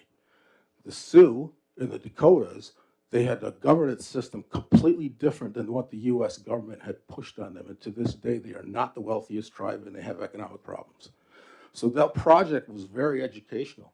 But you need the governance in the tribe or the First Nation to make sure your landscape has sound strategies, your business landscape, and it is something that tries to hit that sweet spot of regulation, but also for assisting the business as well. I believe that that can be achieved. Okay, thank you. Audrey, your third one? Yeah, I'm totally fine. Thank you. Thank you very much.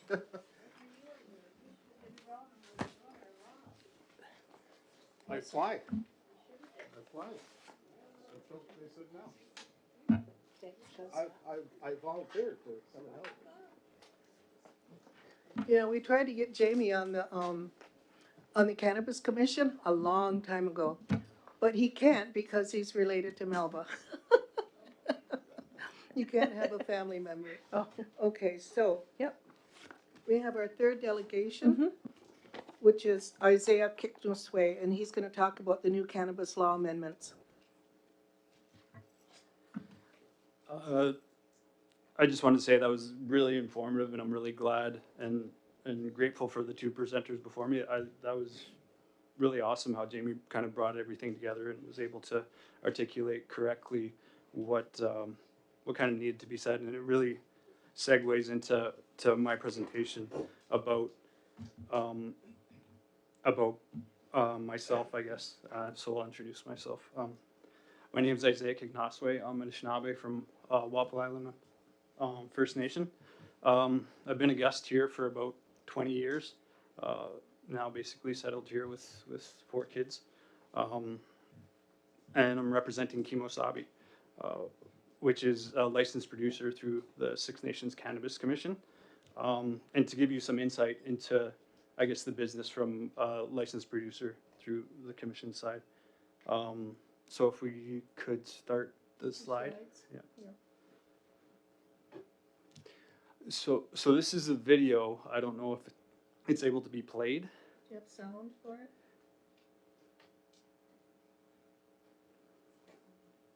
Okay.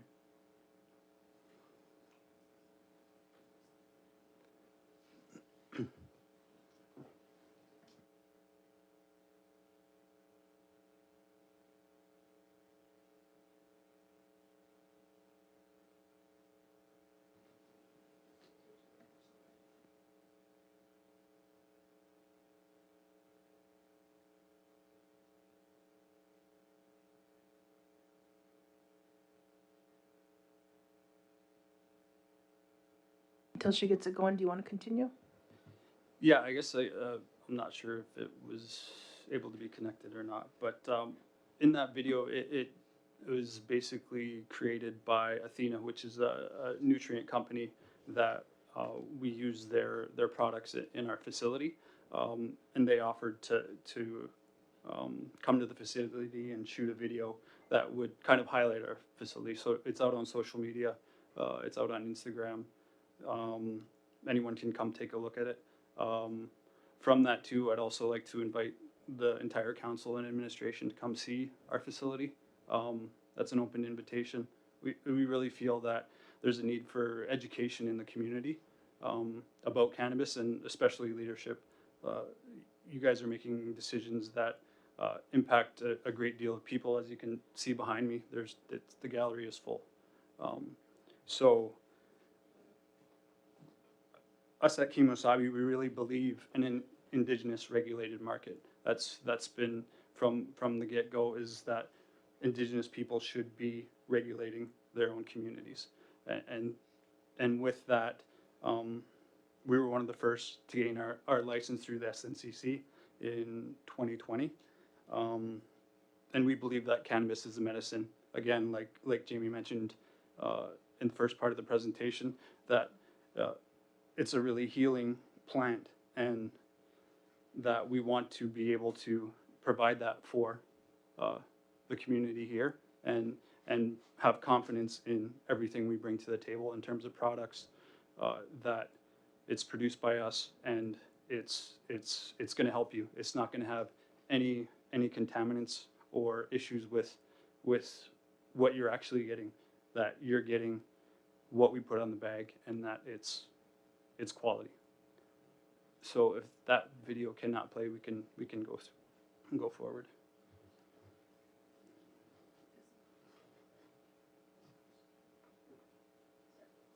Sorry about that.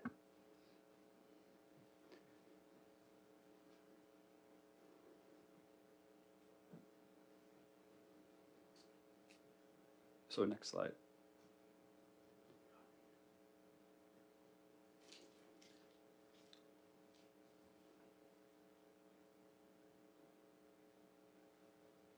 This is Brenner, by the way, Brenner Bunbury. He's one of our superheroes in lacrosse as well. I have the notes in front of me if you want me to continue. It won't go? You're stuck on it? Oh, There we it go. is. Okay. There it is. So with the presentation, I'm really just pulling from the Six Nations cannabis laws and regulations about key points, and going to try to explain as best I can the impact on businesses in the industry. So this is the testing laws and regs. It basically calls for photocannabinoid testing. This is often misunderstood. Somebody asks for a test of what cannabis is.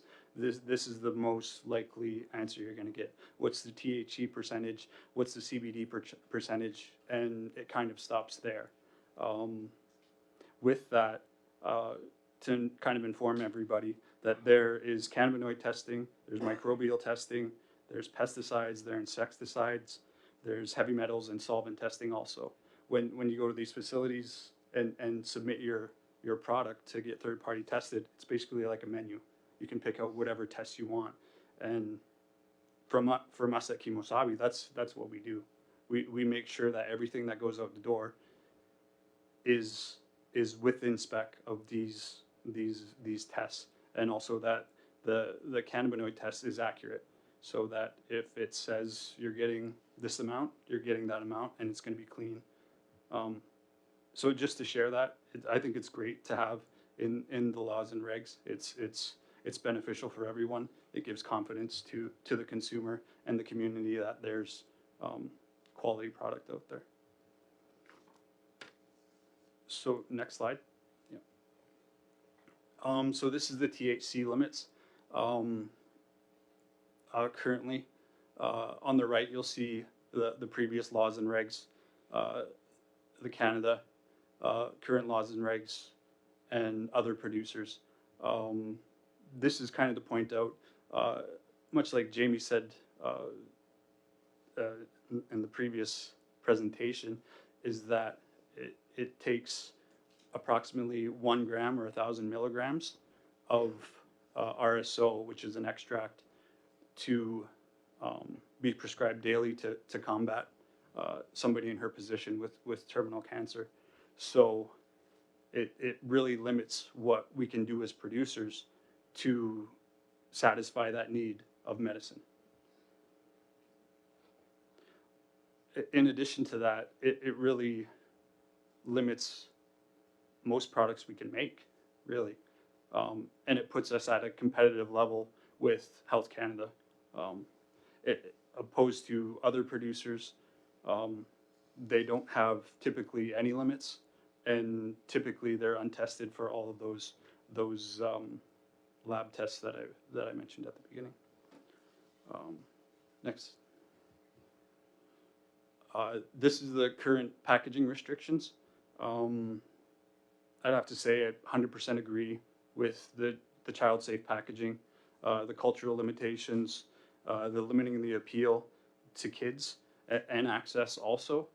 But from everything I've looked into this regulations, it takes a step back to Health Canada regulations of 2019.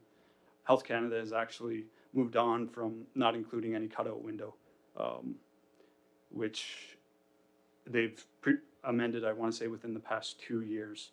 Also, you'll see in the regulations that there is a requirement for French to be on all of our packaging. Next slide. Reporting inventory. This again straight from the laws and regs about what is required for licensed producers to report. This also extends to retail licensees. I definitely believe in proper record keeping and data management and manufacturing practices. But this, for us, it would be probably close to 100 SKUs and thousands of line items that we have to report every 15th of the month. And not only that, the commission who would have to intake that information would have to process that information too for any discrepancies. So it would require a huge amount of data, probably multiple employees to audit those monthly inputs. I think that it's a possibility to have more of a gradual system to satisfy that requirement. Next slide.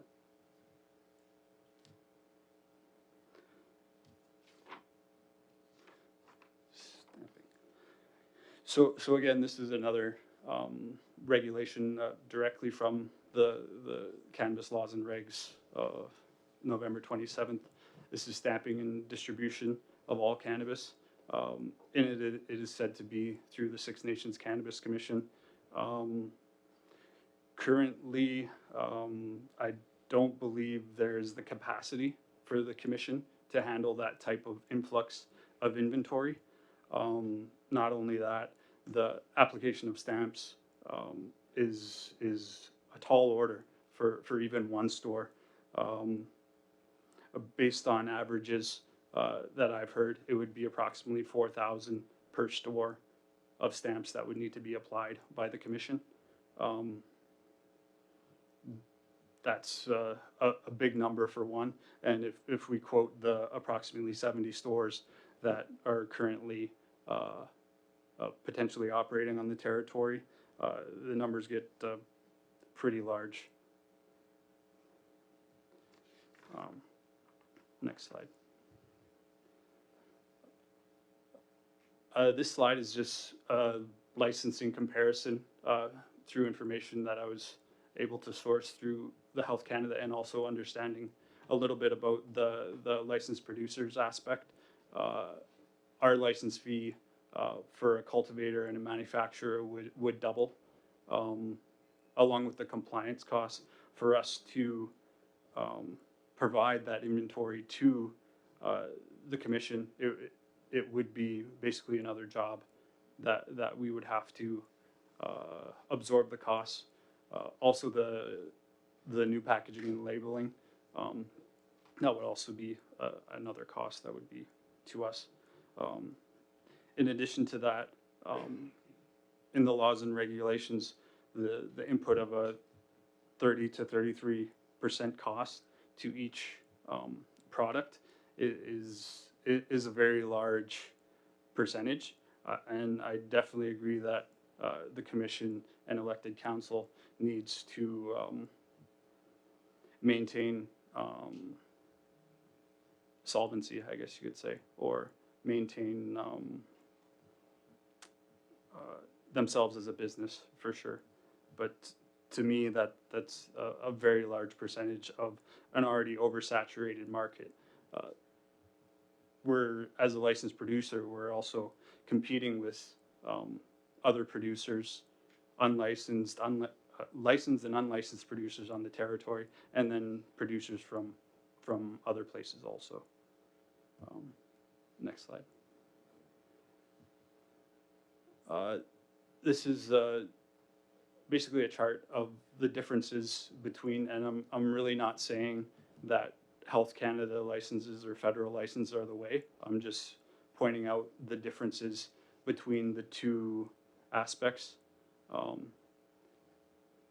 And as you can see, there's a lot of differences, mostly limiting to the Six Nations licensed producers. And also, it's funny, I heard last week the public opinion about licensed producers is very low at the moment. So much so was that I heard from a retailer, like, because we acquired a license, that was the reason they wouldn't purchase our products, based on principle, which to me is not how Indigenous people should be. We should be supporting each other as best we can in the industry. Next slide. And this is my last slide. This is the Six Nations police officers are now authorized as inspectors. I think there is a great need for enforcement, but the only point I'd really bring up is that there needs to be training.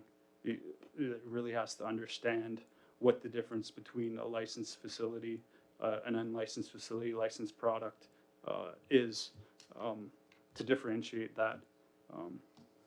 But really just to share all this information and all these issues and bring them forward.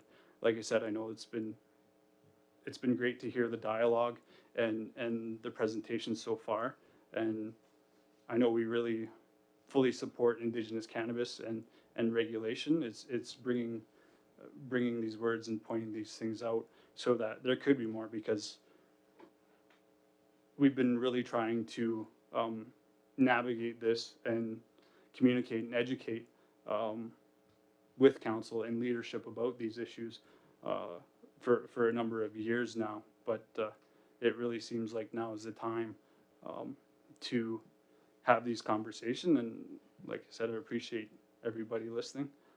The only other thing I'd like to point out is that Six Nations is really a leader in Canada overall. I believe this is the only place with a commission in Canada.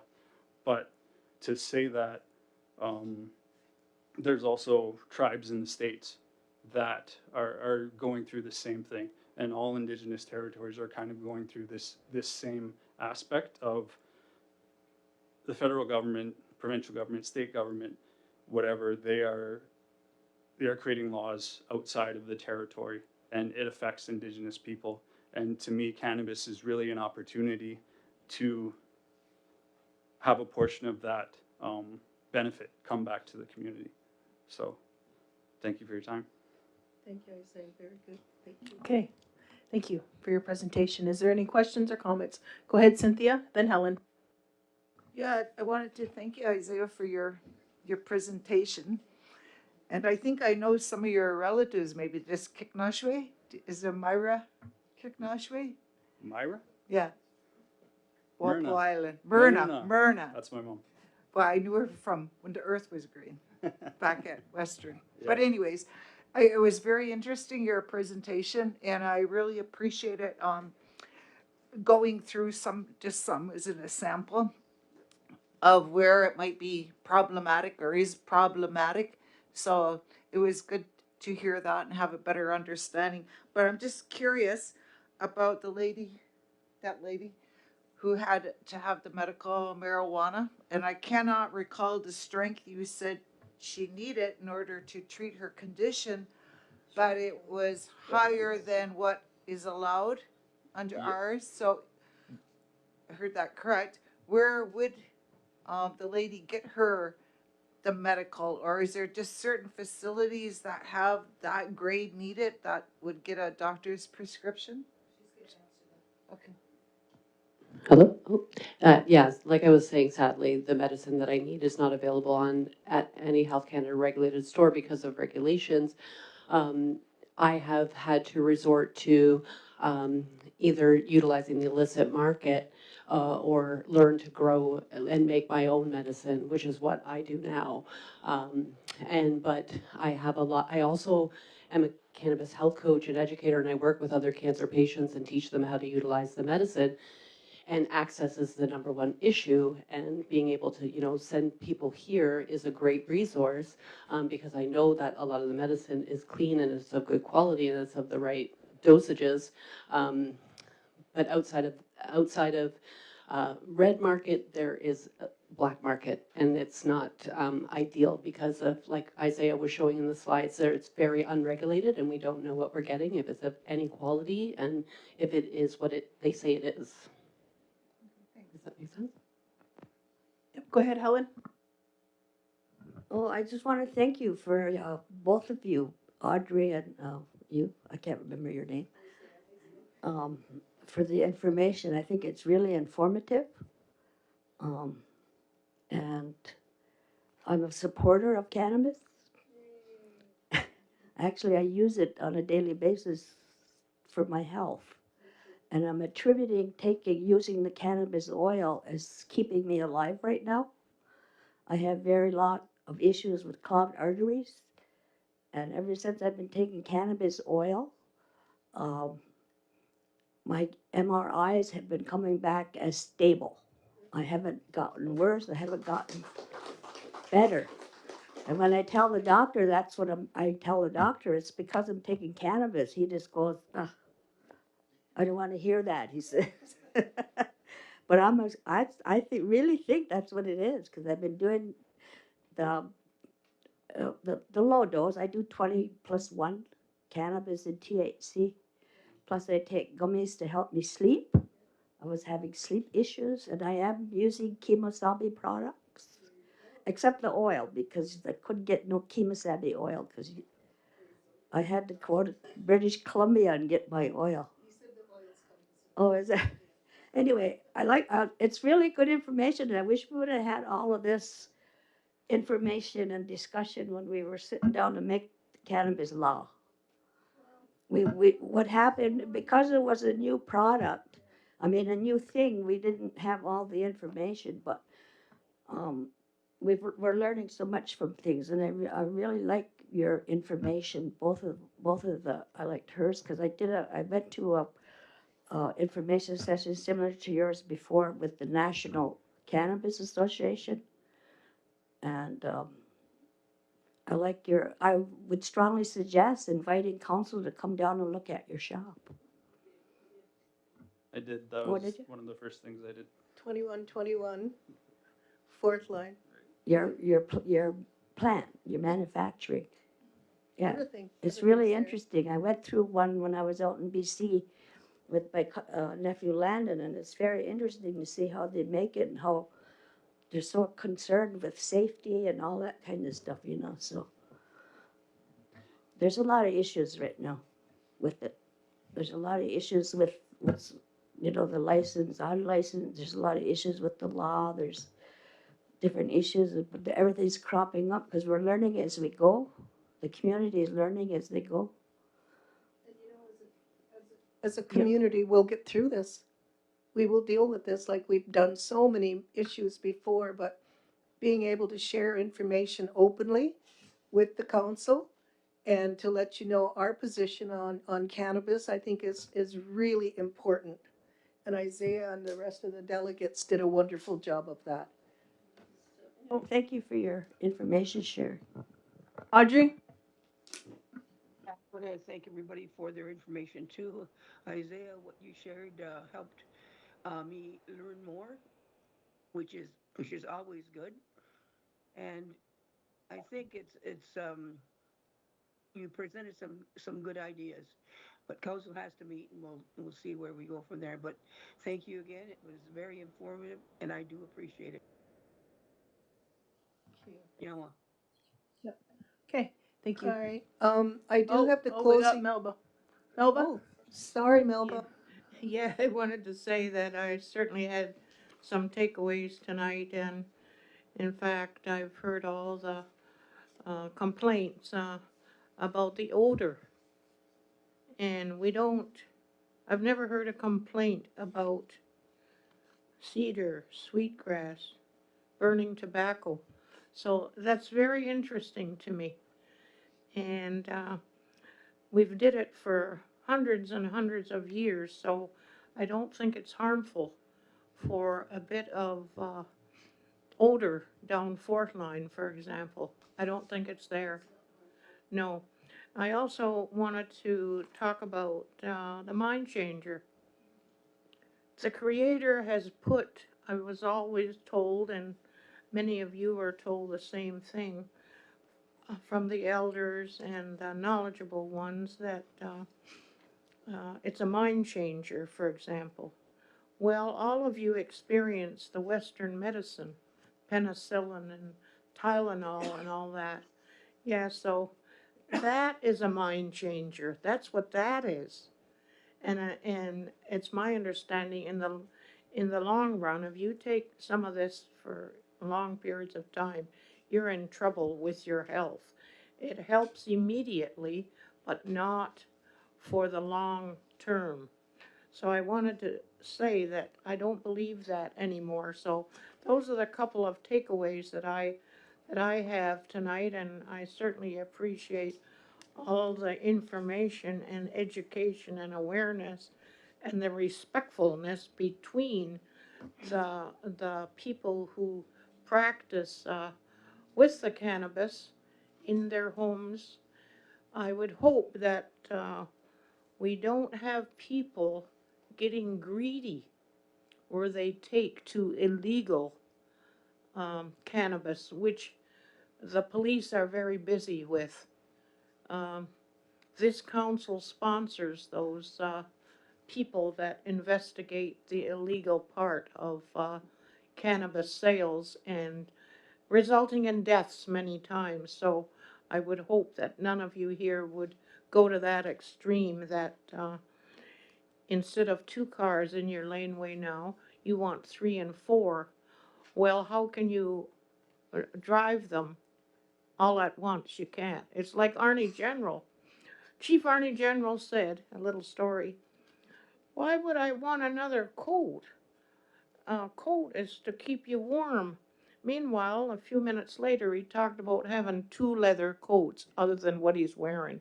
So anyway, thank you very much for your presentation tonight, and it was very informative and respectful. Thank you. Yeah.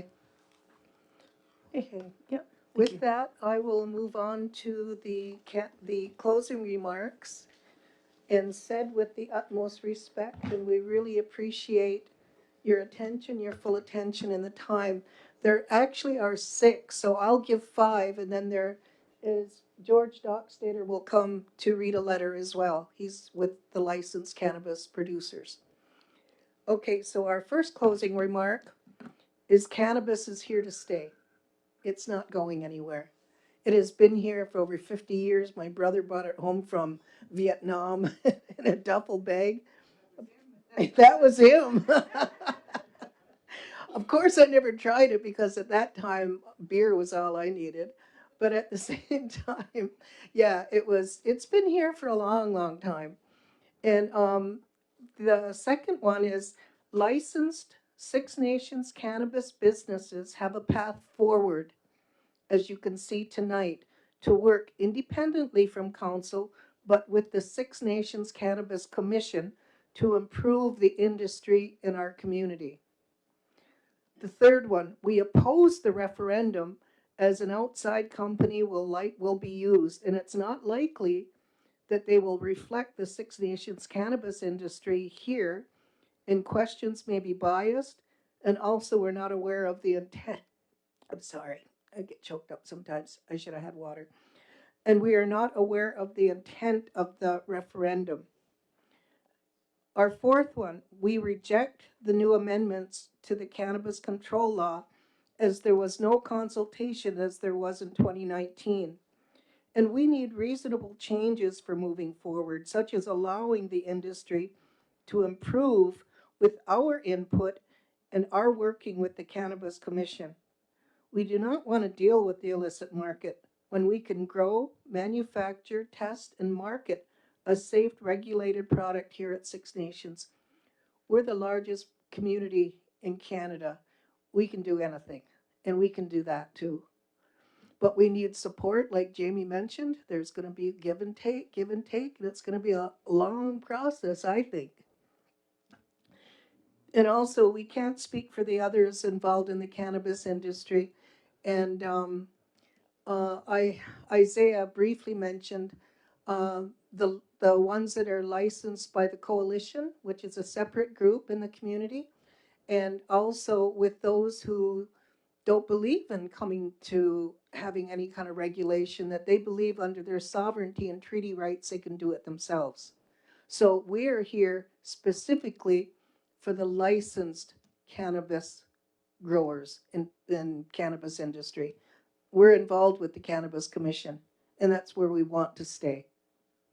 Okay, so with that, I'll bring George up. Thank you, whoever brought the water.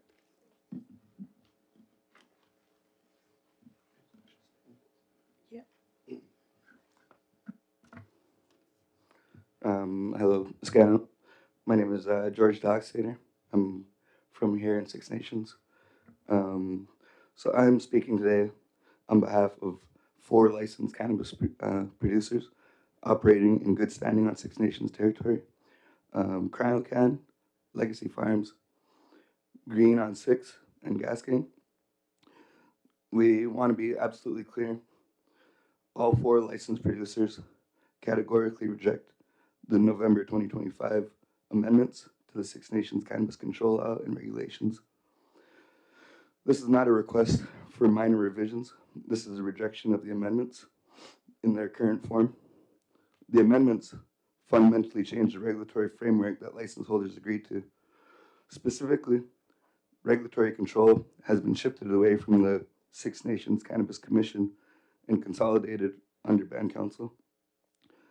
New fees, wholesale margins, and product handling requirements make lawful operation commercially unviable.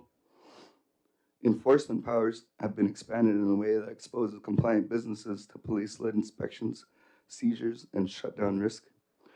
These changes were made without consultation with license holders, the cannabis community, or the SNCC. This is not what license holders agreed to when we entered the regulatory system. We support regulation. We do not support a system where the regulator becomes a market participant, a revenue collector, and an enforcement trigger, particularly in a context where conflicts of interest exist or may reasonably be perceived. Arm's length regulation is not optional. It's a foundation of regulatory legitimacy. A formal written position statement endorsed by all 4 licensed producers has been submitted to the Six Nations Cannabis Commission. That document sets out our position clearly and formally on the record. Until these amendments are withdrawn and meaningful consultation occurs, the position of Cryocan, Legacy Farms, Green on 6, and Gasking is unified and unchanged. We're not prepared to operate under a framework that is commercially unsustainable, enforcement driven, and governance compromised. Right? That's all. Yeah. Thank you. Okay, we're done. Good night, everyone. Yes. I just want to say thank you to everyone and who presented and the information that you gave for us, for everyone around the table to hear. So again, Audrey, thank you for asking me to get you on the agenda. Yes. And oh, it's time. Yeah. So I'm glad. Thank you everyone for coming. That was here. Yeah. Okay, everyone, let's go to number 7. Number 7, we have recommendation from Community Committee.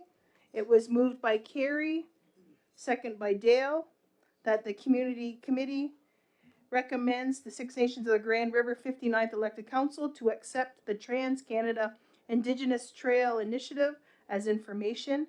If any further action is needed, the issue can be forwarded to Lands and Resource, Wealth and Economy Committee for further follow-up.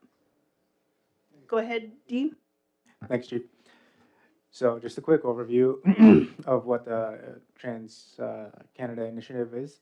It came to the committee as a proposal and a project that is supported by the MP Nathaniel Smith, Erskine Smith, apologies for my mispronunciation, from Beaches, East York, Toronto, and a former cabinet minister. So the idea is to create a web across Canada that then of trails and winter trails that interconnects every First Nations lands throughout Canada.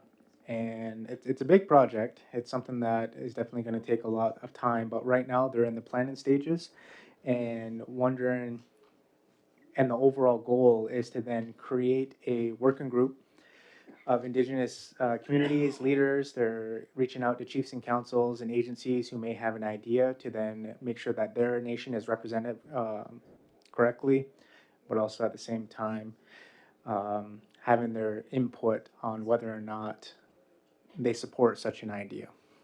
So that's pretty much a quick overview of what was presented at committee. And right now the recommendation, if we do want to pursue it further, it might be best in the hands of Lands and Resources, as they are more in overseeing, I should say, and have more expertise regarding our territories for Six Nations, and especially the Haldeman Tract, because it's most likely going to interconnect a lot of different areas. So that's why the recommendation is for council right now. Thank you. Go ahead, Dale. Just to add that if this did move forward in the sense that that's where Six Nations could be putting more, because it was more of a walking trail, but as well as an educational thing to teach them and educate them about this land, this territory, and Six Nations. So if it came through our area, then that's what's one of the things. That's why we thought Lands and Resources would have a lot of the history and knowledge of Six Nations, and these things could be designed and displayed to be a part of that components of the walking trail or hiking trails. So that's all. It's just here for information, and I guess more info will follow once we hear about it. Thank you. Thank you. So it's just here for information? Okay. So let's go to number 8. Recommendation from Lands and Resource, Wealth and Economy Committee. Recommendation 8.1. It was moved by Greg and seconded by Amos, that the Lands and Resource, Wealth and Economy Committee recommends that the Six Nations of the Grand River 59th Elected Council approve the following. Whereas the consultation accommodation process team has provided written comments and letters expressing concern for LIV development on Shellard Lane, Special Policy Area 20, City of Brantford, impacts to natural environment and treaty rights. Whereas future meetings are likely to take place in which continued concerns on behalf of Six Nations of the Grand River Elected Council will be expressed. So therefore be it resolved that the Lands and Resource, Wealth and Economy Committee recommends that the Six Nations of the Grand River 59th Elected Council accept the status of the City of Brantford Shellard Lane development and express its disagreement with the development at the public zone change meetings with the City of Brantford by reason of Six Nations harvesting and hunting rights and species of significance. So Greg and Amos, still moving it? Did you want to talk to it? Go ahead, Greg. Yeah, this was just a wetland area as well as a species at risk area. We did not think that it was going to be, I think it was going to be detrimental to the environment in the area. And also, I believe there's a species at risk. I can't bring it up right now, but I think that the impact of this development would be quite detrimental to the area and also have a strong negative impact on the environment in that area. So that was one of the reasons why, or the main reason why we could not go ahead and condone this type of development in that particular area. So also I see that there's a letter that you want me to sign. Go ahead. Yeah, I think that's supplied by Lands and Resources. Yeah, and you could have your purview. You could have a look at it, read it, and then yeah, that's the gist of our dispute with Brantford.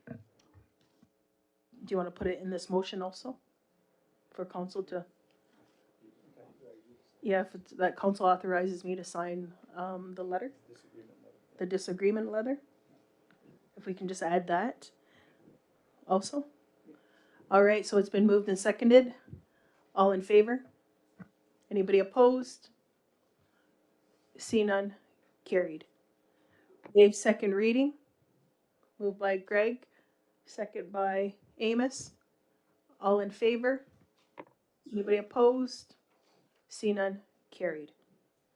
Okay, let's go to number 9. Excuse me, Chief. Yep, go ahead. Bill said he's had Amos, were you Amos, waving or did you have something? Sorry. Oh, I was just seconding everything. Yeah, that's what I thought. I was seconding the motion, sorry. Okay. Sorry about that, Abby. That's okay. All right, so let's go. me out. Let's go to my updates. This is a period from December 5th, 2025 to January 8th, 2026. The Ontario legislative changes. The Office of the Premier has released a public list of Ontario legislation, regulations, and or fee changes listed by the responsible ministry, which took place January 1st, 2026. While the full list is available online, the key items of interest include Minister of Labor, Immigration, Training, and Skill Development, new labor mobility, and free trade regulations aimed at breaking down barriers for workers and businesses. Ministry of Health, amendments to streamline physician credentials through a new provisional class, changes to allow individuals with digital health identifier to access select provincial health records, and expand scope of practice for midwives, including Indigenous midwives. Ministry of Transportation, amendments to the Highway Traffic Act, addressing recklessness and dangerous driving and granting police authority to search and seize devices intended to be used for vehicle theft. Ministry of Emergency and Mines, amendments under the Ontario Energy Board Act, allowing Ontario Power Generation to enter equity partnership with Indigenous communities at the Darlington New Nuclear Project and to recover certain construction phase financing costs. Number engagement with Electricity Canada. I met with the Vice President of Indigenous of Electricity Canada, and his title was Indigenous Relations. I met with him at the B7 welcoming reception in October 2025. Mr. Wilson expressed an interest in learning more about Six Nations. So on January 6th, a follow-up meeting was held with Mr. Wilson and Matt Jameson from Six Nations of the Grand River Economic Development Corporation. Discussion focused on access to capital for Indigenous participation in energy projects, challenges associated with unwilling host communities, and aspects of Ontario ISO process that do not incentivize or require First Nations partnerships. Electricity Canada indicated an interest in continuing dialogue and information sharing. Six Nations of the Grand River Economic Development Corporation will continue to communicate with Electricity Canada. The J Treaty Border Alliance, which consists of First Nations leadership and representatives from Crown Indigenous Relations and Northern Affairs Canada, Immigration, Refugee and Citizenship Canada, and Canada Border Services Agency met for the first time in nearly a year following the federal election. Updates were provided by the technical tables addressing safety, border experiences, documentation, goods and rights of entry. The need for improved data sharing and coordination across the tables was identified. Public Safety Canada provided an update on Bill C2, that it was in the third reading. Ontario Regional Chief advised that the plans are underway to reconvene the JTBA High Table in January 2026. On December 15th, I delivered welcome remarks at the Elders Christmas lunch, and it was great to see all the smiling faces and all the laughter that was there. I also attended the Six Nations of the Grand River staff Christmas luncheons that were held on December 16th and 17th to express appreciation for all the staff's hard work and the efforts throughout the year. On December 11th, I met with the President, Vice President, and Chief Executive Officer of the Brantford Brant Chamber of Commerce following leadership transitions within the organization. During the meeting, the Chamber expressed support for the Six Nations Transportation Plan and indicated interest in participating as a member of the project team for Six Nations Ontario Transit Investment Fund application. The Chamber also provided a contact for reporting incidents where Six Nations status cards are not recognized by Brantford or Brant businesses. If there are businesses in Brantford or Brant County that are denying your status card, please call the Chief's office at 519-445-2201. And we also requested feedback on their land acknowledgement and related resources for members. The Iroquois Caucus, the leadership participating, where's that one? Yes. The agenda items for November 2025 meeting include status updates on hiring a new coordinator. The position has been vacant since July. Renewing a protocol agreement between Iroquois Caucus and the Assembly of First Nations. Restructuring of the Iroquois Caucus and financial contributions to support increased advocacy and work and nation-to-nation commerce. And yeah, the caucus is reaching out to Wata Mohawks to begin exploratory discussions regarding potential Iroquois Caucus membership again. That's my update. Is there a mover to accept it as information? Moved by Greg, second by Audrey. All in favor? Anybody opposed? See none, carried. Let's go to number 10. Updates from the committee meetings. Lands and Resource, Wealth and Economy Committee. The meeting was Tuesday, December 9th, 2025 and January 13th, 2026. Go ahead, Cynthia. Yeah, we just had that meeting today, and we noted in accepting the minutes that our December 9th was cut short, quite abbreviated due to technical difficulties. And then for our meeting that we had today, we had it'll be coming forward to council. It's Metrolinx wants a council to confirm Guyana say, and that's essentially that they're a certified partner in Indigenous owned business for procurement processes, and that would apply to each of their Metrolinx projects they have. So that will be coming forward to council. And that was it for the open part. Okay, can I have a mover to accept the update? Moved by Helen, second by Dean. All in favor? Anybody opposed? See none, carried. Number 2, Community Committee meeting, Wednesday, December 10th, 2025. Go ahead, Dean. Thank you, Chief. Part of my update was within the earlier number 7, talking about the Trans-Canadian Trails that was being proposed to Six Nations. Another part of the meeting that we did discuss was the new date on the social services expansion on the building that has now have been pushed back till April 30th.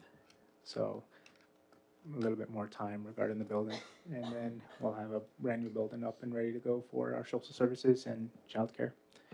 Thank you very much. That's everything. Okay.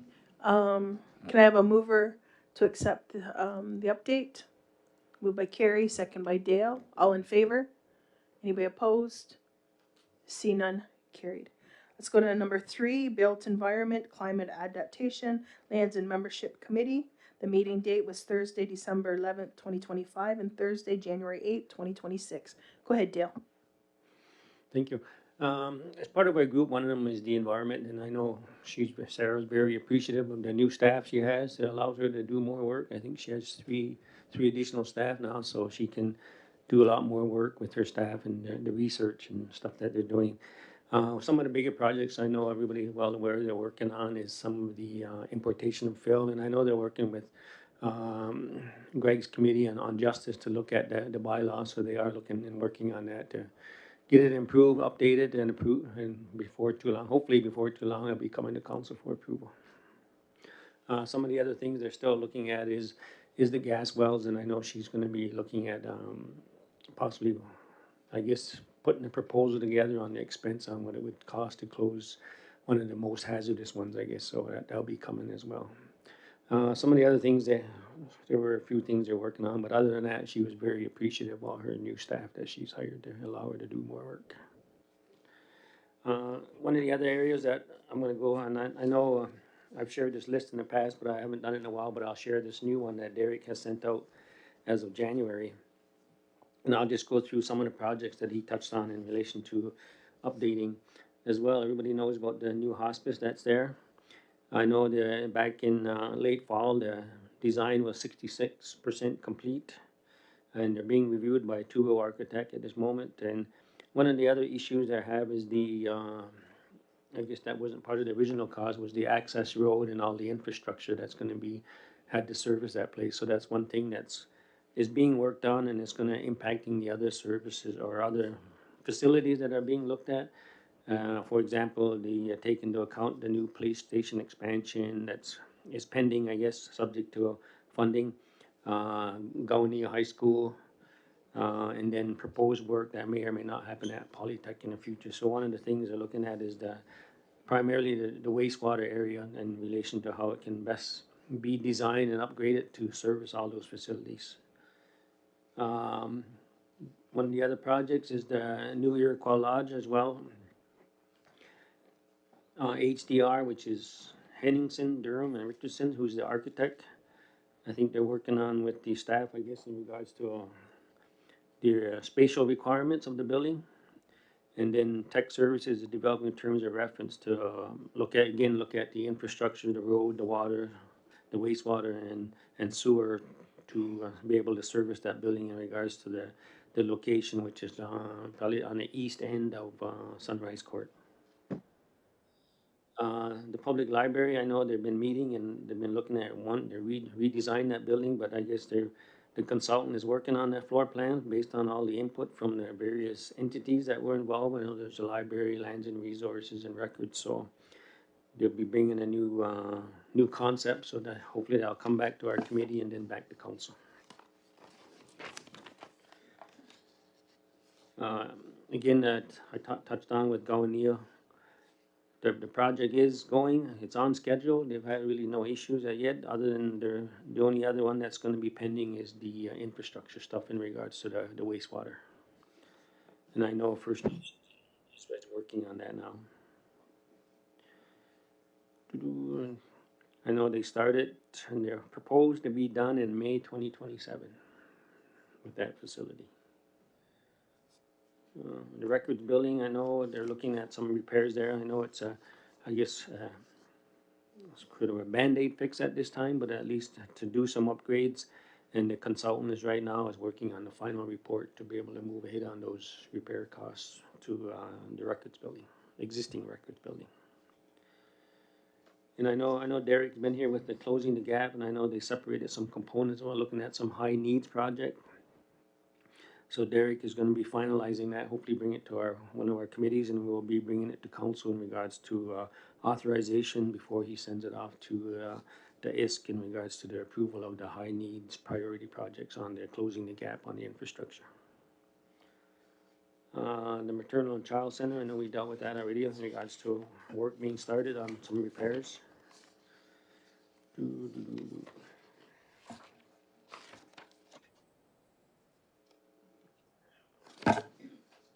just popping through this list here. The reading repairs are ongoing. The Welcome Center, I won't touch on that. I know Greg has updated us on that in the previous meetings. Parks and Rec, they're looking at some repairs, I know, in regards to the ball diamond, the blue track, so that's gonna be pending, and they have a meeting scheduled this month to be able to look at finalizing those and moving forward. A lot of stuff in relation to the Iroquois Lodge is currently on hold at this moment, and I know Deb shared that with us, so they're just on hold for now. And again, the other issue is the wastewater in regards to Fourth Line that's impacting those projects that I had announced is ongoing, and First Nations is working on that to be able to finalize a concept and a design that's going to be able to service all those facilities. And social services, I know Dean just touched on it about a change order to put the completion date to April. And one of the issues was existing water main that needs to be increased for that area. I know when they originally designed a lot of that years ago, and the facilities they had is not what is there now. So one of the options they had, or that is required, is to increase the size of the water main feeding down Sunrise Court. So that's going to enable the service stuff as well going to social services. And hopefully they're gonna be completed all that, so that the end date that Dean had mentioned is April, so hopefully all that work will get done, and then the consultant can be able to do all his work that he needs in regards to the increased water flow. And that's pretty well it. I know there's some stuff he touched on in camera, and I'll leave those there, so that's pretty well it. All right, go ahead, Deb. You want to add? So I'd just like to provide more of an update regarding Iroquois Lodge. So in terms of our lease agreement, that has now, we just got notification today that the city of Brantford does want to meet with us to finalize that lease agreement. And so that will be happening soon. I'll be bringing that to council for approval because we are looking for a 2-year lease at Fox Ridge in Brantford. Also regarding the new build, there's lots happening there. And actually at our next general council on January 27th, I believe, HDR, the company that we've contracted to support the structural design piece, they are going to be coming to present to you the model that our residents and the POAs that attended their meeting a few weeks ago. So they presented 2 models, and they've now chosen which model they want to move forward with. So they will be actually coming to open council. We are going to invite the POAs to come as well. Many of them could not attend that meeting. However, we're inviting them, and we'd like to present that to the community as well. So things are moving forward with the new build for the lodge. We also had a meeting actually today with the ministry regarding the financial piece of that. So I feel like things are moving along, and I'm looking forward to them coming to present the model that our residents have chosen. Thanks, Deb. That was a little more than I had on my report. Thank you for that also, Deb. Is there a mover for the update? Moved by Carrie, second by Cynthia. All in favor? Anybody opposed? See none, carried. Let's go to number 4, Finance Committee meeting. Was Friday, December 19th, 2025. Go ahead, Alina. Thank you. I don't recall, I have the update for December, but I don't recall doing an update in November for the November 21st committee meeting. I would have, I guess, done it at the beginning of December, but I don't recall doing it. There wasn't necessarily much to report. We were still working on the terms of reference and the mandate for the committee. I believe that's finalized now and should be in front of council shortly.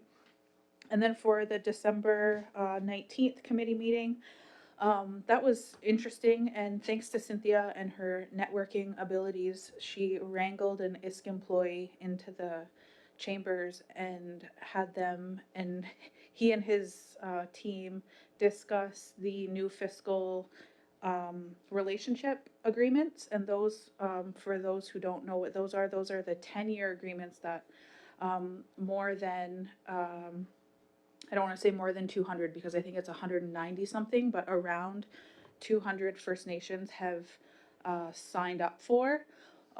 What we currently have is a contribution agreement, and that's been pretty standard. So these new agreements, what he explained, 10-year agreements, the earliest that our community would be able to enter into these agreements would be 2027. There is some eligibility requirements that you have to meet. And then what we call the sales pitch, so the pluses, I don't know that they go over the drawbacks to it, but the pluses to the agreement are flexibility. And they mention 100% control over design and delivery of programs, reallocations without permission, which we have problems with, no clawbacks, can retain unused funds at the end of the fiscal and end of the agreement, and possibly a 90% reduction in reporting. They also say that it offers predictability. Once core funding is set in year 1, that stays the same. The increase is what they call an escalator, so that increases at a minimum of 2% per year. Yeah. Sufficiency is annual escalator for inflation and population growth, but this does not address any existing funding gaps. And the activities funded through contribution agreements that are not part of, or not that cannot be part of this type of agreement, that would equate to about 60% of of the money that we get. So they gave us some numbers specific to Six Nations. 40% of our funding would be eligible for these new agreements, and about 60% would not be eligible and would have to remain under the current contribution agreements. He did say that they are working to add more programs and departments to that new 10-year agreement, but at this time, the way that our money is and the departments that it flows to, we're at about a 60-40 split. That doesn't mean that we can't enter into it. It just means that that 60% would still come in contribution agreements. So that took up the bulk of our December 19th meeting. Cynthia would like to add something. Go ahead, Cynthia. Just with regards to the funding arrangements, what I had indicated to them is we understood when I spoke to them that our current funding arrangement, it's a comprehensive funding arrangement, is finished March 31st, 26. So I said, like, we realize that if council chose to go into a 10-year, there's a lot of work involved. So it's obvious we wouldn't be able to even consider that right now if we end March 31st. But when I had told them when we had met, when I guess that joint gathering meeting, that's when I nabbed him. But anyways, then he looked into it, and actually he said we got an extension on our agreement, unbeknownst to us, but we got an extension. It's for 2 years. There's a 2-year extension, so it won't be till March the end of March 28. So we have a little more breathing room. So I was relieved to hear that. Sorry. I think that's Yep, go ahead, Dale. Can you ask Cynthia to do your thing? I think a lot of that agreement is all that operational service delivery stuff. I think any capital stuff was excluded in any type of those type of agreements, so they would be case by case, proposal by proposal driven. Okay, can I have a mover to accept the moved by Audrey, second by Amos. All in favor? Anybody opposed? See none. Carried. Okay, let's go to number 5, Unity Building, External Government Relations and Justice Committee, meeting date, Wednesday, January 7th, 2026. Go ahead. Thank you, Chief. Yeah, again, thank you, Dale, for reminding us about the about the waste management bylaw. That's it's in the final stages. We did have final meetings with our Falls Law, our law consultants, as well as the police, and our senior managers in justice and in the environment, in our environmental department. And we are in the final stages of that, and final drafts will be beginning at the council as well as community. And I would like to thank the community for coming out for those previous 2 engagement sessions. We do use your feedback. It's very important in the management bylaw development. The other thing too is I would like to thank all the volunteers and staff from Ontario Works, from our social department, again, council staff, as well as councilors Helen and Cynthia for giving out turkeys at the ODSP turkey giveaway at the Oneida Business Park for Christmas. And again, I'd like to thank all of the volunteers, all the staff, and anyone that helped out. It was a cold day, but it was a good day. So thanks again to those. One last thing is, of course, on February the 14th, we have the Hospice Gala fundraiser. It's going to be held at 6 o'clock and at the Mont Hill Golf and Country Club. And for those who do want to help out with the hospice, there's a sponsor. You can be a sponsor at $250 per person or $2,000 for a table of 10. And again, it's on February the 14th, and you can call Lee Williams. She's our palliative volunteer coordinator for the hospice at 519-717-7343 to help sponsor the hospice gala event, as well as any proceeds will go to the new hospice. I also give her an email and give out an email. The email, I have to spell it out. It's PROPVC@sixnations.ca.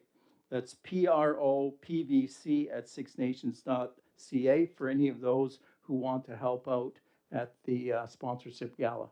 So thank you, Chief. Hazel, did you want to add something?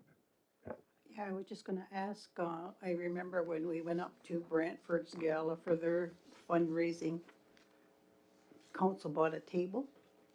Are we gonna do the same for this gala? As a matter of fact, I think we all should be in attendance at this one.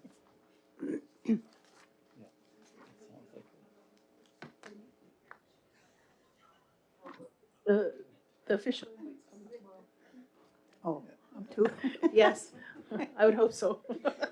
Can I have a mover to accept the update? Is there a mover? Moved by Dean, second by Audrey. All in favor? Anybody opposed? See none. Carried. Natasha's has me going back to, I forgot to, for the delegation, Audrey Hill, the community member, those presentations, to move as information. Is there a mover? Moved by Carrie, second by Cynthia. All in favor? Anybody opposed? See none. Carried. And can I have a motion to adjourn? Moved by Brenda. Moved by Elena, second by Greg. All in favor? By opposed? See none. Carried. Thank you. What do you have, Brenda?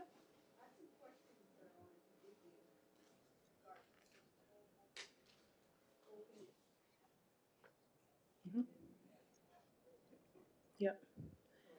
So can I just give me 1 second? So thank you for joining us tonight, and have a great night, everyone.